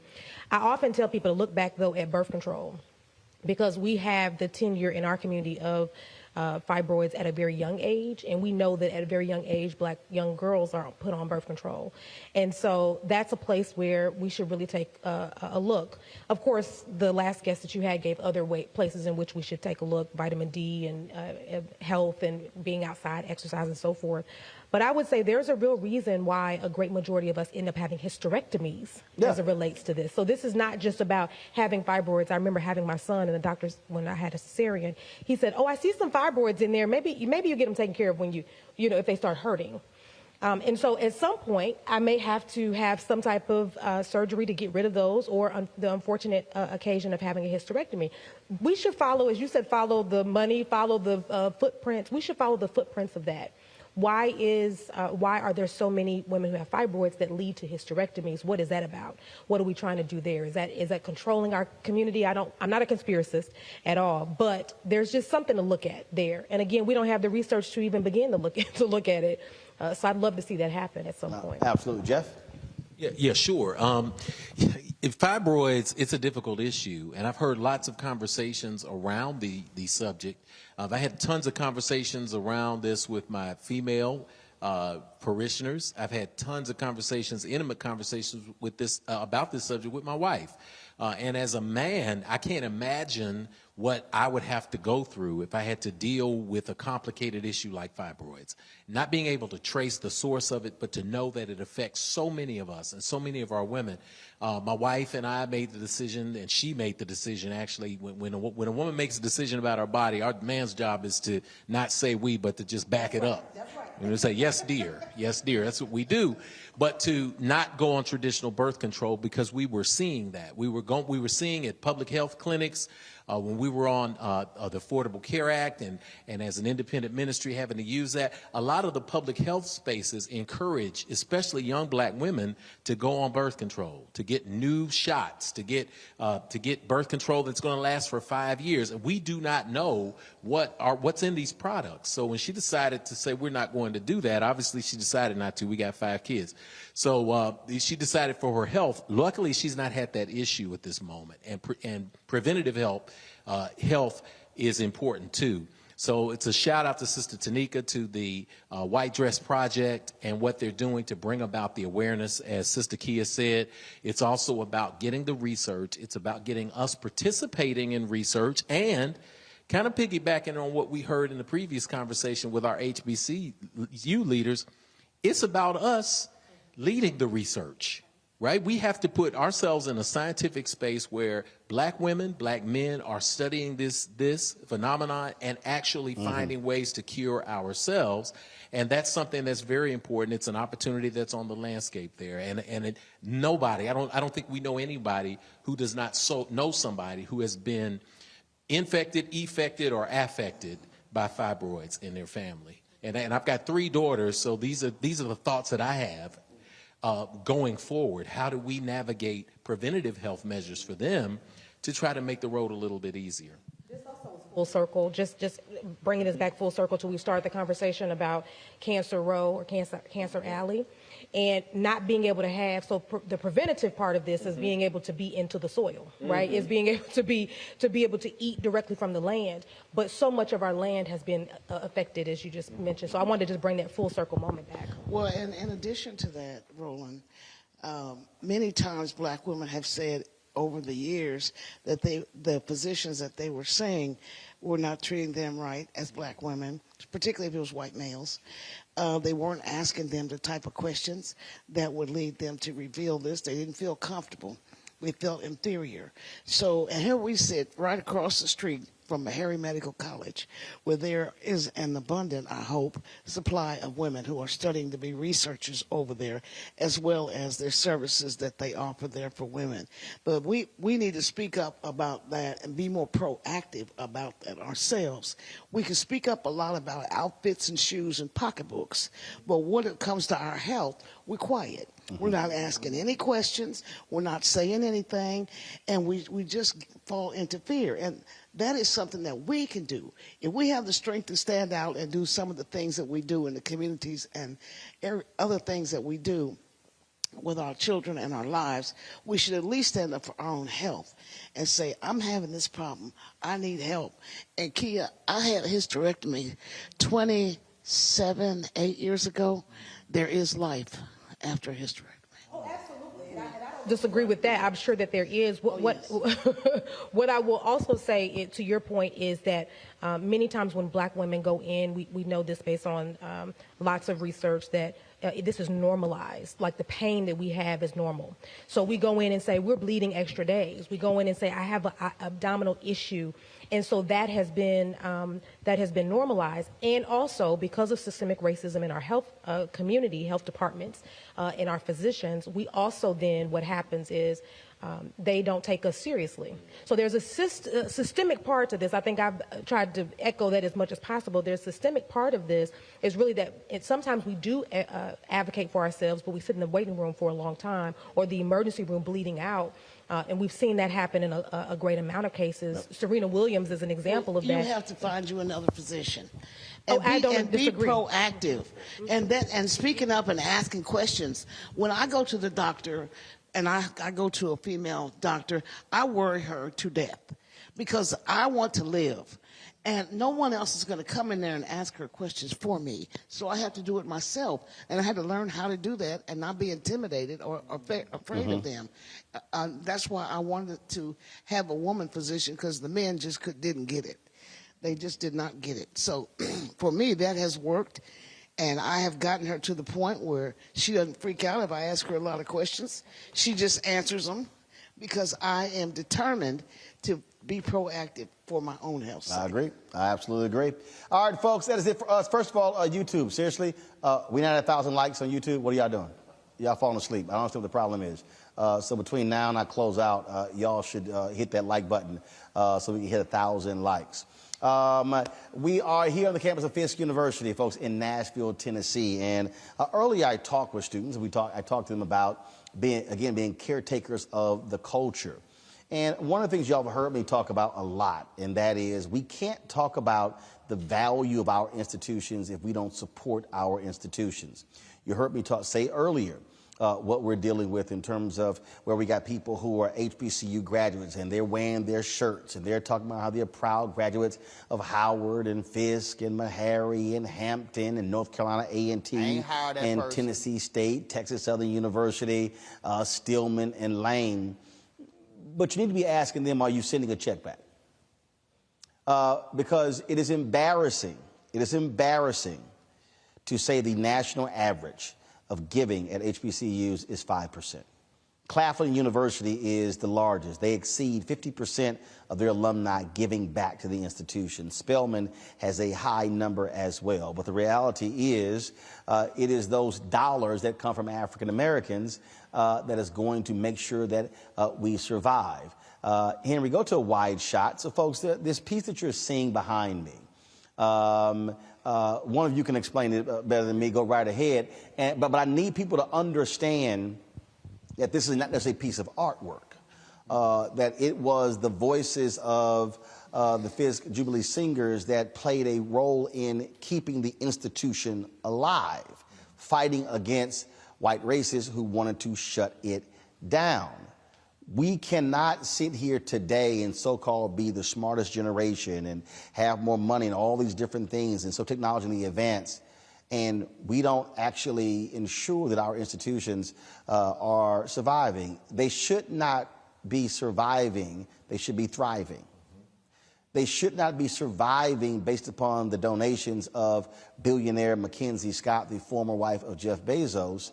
The reality is we should be giving back. Unfortunately, folks aren't. So when you see somebody talking about going home to homecoming, ask them how much money they're going to spend on airfare, hotel room, food, alcohol, and buying of swag, and are they going to give even 10% of that to the university? But just talk about, for people who have no idea about this painting and what this art piece means to this institution. The Fisk Jubilee Singers are celebrating 150 years as an institution that represents spirituals and Negro music in the United States. And this painting was sent over by the Queen of England. And many people come from around the United States to take photos of it, to examine it, because it had to be shipped here, because it's pretty substantial in size. But it does represent, it's a true representation of what the original singers look like. And they had to travel to keep the school open. And the students were the ones who were I would say, the gatekeepers. Because they, and when you say travel to keep it open, they were fighting against people who were trying to close it. So they were raising money. Yes. And singing along the way, singing their way to keep the school open. Yeah. Now that is not a story that America needs to understand, and additionally, that I think people in the music industry need to understand it as well, and particularly our African American singers that don't understand the sacrifice that they made, so that our music could move forward into America's mainstream. Because now, for that reason, that 150 years ago, we weren't singing R&B, we weren't singing hip hop, we weren't singing a lot of the genres that we sing today, but these Negro spirituals that the Jubilee singers sang helped educate a community and help lift up a community, and has kept the name of Fisk University strong now for many years. And it's because of their sacrifice. It was a student sacrifice. It wasn't alumni, because there weren't but a handful. It was the student sacrifice that made this place really what it is. And it's interesting because I actually there's someone who's trying to do a movie on the Fisk Jubilee Singers in this whole story, and they're trying to do a crowdfunding effort. I actually got an email on that last week, so I thought that was real interesting. Jeff, also explain to folks, we're here in Nashville, and Nashville's moniker is Music City. Yes. Nashville did not get that name because of country music. Oh, no, absolutely not. And it's important that you say that, because as Sharon said, the sacrifice of young people, of students. You think about kids who are 18, 19 years old, some of them a little younger than that, who said, we love this school so much that we're willing to build it out as an institution, sacrifice going to classes, follow Ella Shepherd more around the world, traveling, singing these songs that came out of the fields that became the foundation for American music, and then taking the funds and putting them literally into the buildings on this campus. When they sang in front of Queen Victoria in the 1800s, when Edward Havell, who was her personal painter, made this painting behind us and shipped it over here. When that money came in, from the moment that those singers there who are depicted behind us, when they performed in the court in front of Queen Victoria, the newspapers in England said this must be a music city. So Music City got the name not from country music, although country music got its influences from those same field hollers. We could talk about that forever, but that's how Nashville got its name. It became known as Music City, USA.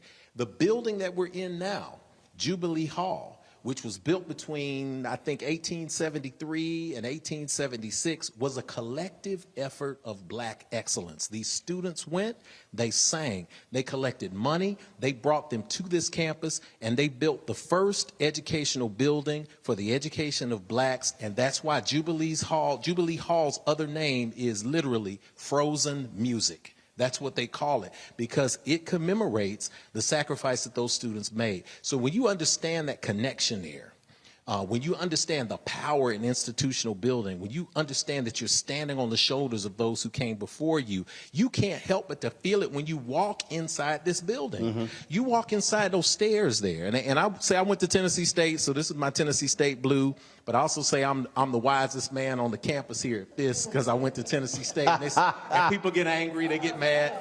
And I say, but I'm wisest because I married a Fiskite. So sons and daughters ever on the altar, right, we can sing alma mater, right? I know all the lyrics, and she knows the ones at Tennessee State too. But when you walk in that building, you can feel the energy there. And when you see that grand staircase, that when I was in school down the street at Tennessee State, you couldn't get on the staircase. You come near that staircase, they say, back up, back up, back up. I'm talking about an 18-year-old, stop. I'm like, what? You cannot touch those stairs unless you have graduated from Fisk for 50 years. You have to be alive and have been alive for 50 years after graduating before you can even stand on the stairs in the lobby. Why? Because those timbers for those stairs were shipped here as a contribution when the hall was first built. Those timbers were sent here by an alumni in the 1800s who sent them here from Sierra Leone in West Africa.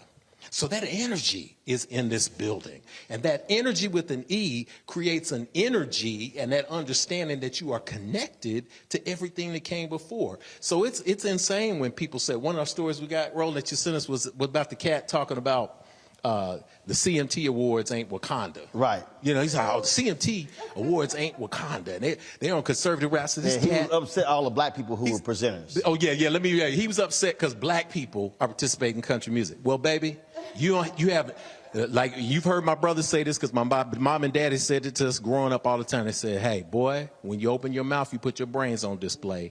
And that's exactly what that talk show host did. It means he doesn't understand how Country Music City got its name, Music City. Right. He doesn't understand Linda Martell, 1941, who sang at the Grand Ole Opry and set the standard for country music by putting her energy in. He doesn't understand the harmonica wizard, this little bitty guy who they called an imp, who was named D. Ford Bailey, who played the harmonica, who played the guitar, who played the banjo, and was the first star of the Grand Ole Opry. He didn't know anything about Charlie Pride, Kiss an Angel, Good Morning, and let her know you think about her when you're gone. I heard that growing up. Yes, it's been black for the whole time. You just didn't know it. But everything that came out of America came out of those fields. Of course. And as a result, it's all black music. So when we see the resurgence, exactly, so they want to, oh, wait a minute, are you talking about history or well, there you go. CRT? YouTube, hurry up. Y'all got to hit 77 before we get to 1,000. Hit those like buttons. Kid closes out. Well, the last piece I was going to say is, let's just call this what this is black philanthropy. Yes. And, you know, it's really important to me that we use the word philanthropy when we talk about black people, because very often we are seen as charity cases. And as just was so eloquently spoken by both my co-panelists, that these students became philanthropists and made sure the world knew that. And so many of us are, because we give our time, our talent, our treasure, our truth, and our testimony, which we've been showing on display today. And so it's always important for me to make sure I pull that out. Of course, people can go to blackgivingback.com to make sure locally that they can give to our Black Philanthropy Initiative. But it supports FISC. It supports many of the initiatives we have here around the city to make sure that we're seen as not just recipients, but as narrators of our own change, as you were talking about earlier with the students. So I appreciate the opportunity to close out with that. All right, folks, I appreciate it. It has been great to be scholar in residence here at Fisk University. Have quite some time. Real quick, tell everybody who the scholar in residence is named after, so they know who that is. Who's named after? Reverend Mitchell. Oh, Dr. Reverend Mitchell. He was the historian extraordinaire. He knew more about this university and this state of Tennessee than any other person. And he is sorely missed, and we loved him. And Dr. Reverend Mitchell, they're working on something special in the library to honor him. And everybody in Nashville and around the world who knew him loved him because he was a walking encyclopedia when it came to black history. All right, then. Well, I certainly appreciate being the first Reverend Mitchell Scholar in residence. Yes. Folks, it has been great. Appreciate the time here. Thank all of you for watching. Let's see, YouTube, y'all stop messing around. Y'all finally get to 1,000 likes. I told y'all, y'all need to hurry up. Y'all being a little slow. Let me see if you hit 1,000. I'm checking. All right, come on, y'all 26 away. Y'all freeloaders, hurry up. Folks, download the Black Star Network app, every available platform, Android phone, Apple phone, Android TV, Apple TV, Amazon Fire, Roku, as well as Xbox, Samsung TV as well. And, of course, support us, Bring the Funk Fan Club. Your dollars make it possible for us to do what we do all across the country. I am here today, back to D.C. tomorrow in studio. I'll be Thursday. I'll be from the campus of Clemson University speaking there. I will not be live. That's my wedding anniversary. So we have a guest, but I'll be Friday back in D.C. And then, of course, travel. Texas, Las Vegas, Los Angeles. And so we'll be on the road. And, of course, in May, we'll also be in Kansas City with our town hall there, dealing with black police officers in their police department. And then, of course, we'll be broadcasting from Texas ahead of the runoff primaries happening there. So, of course, check your money order to P.O. Box 57196, Washington, D.C., 20037. Cash App is $RM Unfiltered. PayPal is R Martin Unfiltered. Venmo is RM Unfiltered. Zelle is Roland at RolandSMartin.com. Roland at RolandMartinUnfiltered.com. Thank you very much to our panel here. We haven't had an in-person panel in quite some time. I thought, hey, let's go ahead and do it. We're on the road, so I certainly appreciate all three of you being with us today. And again, thanking everyone here at Fisk University. Folks, that is it for me. I'll see you all right here tomorrow. Roland Martin Unfiltered on the Black Star Network.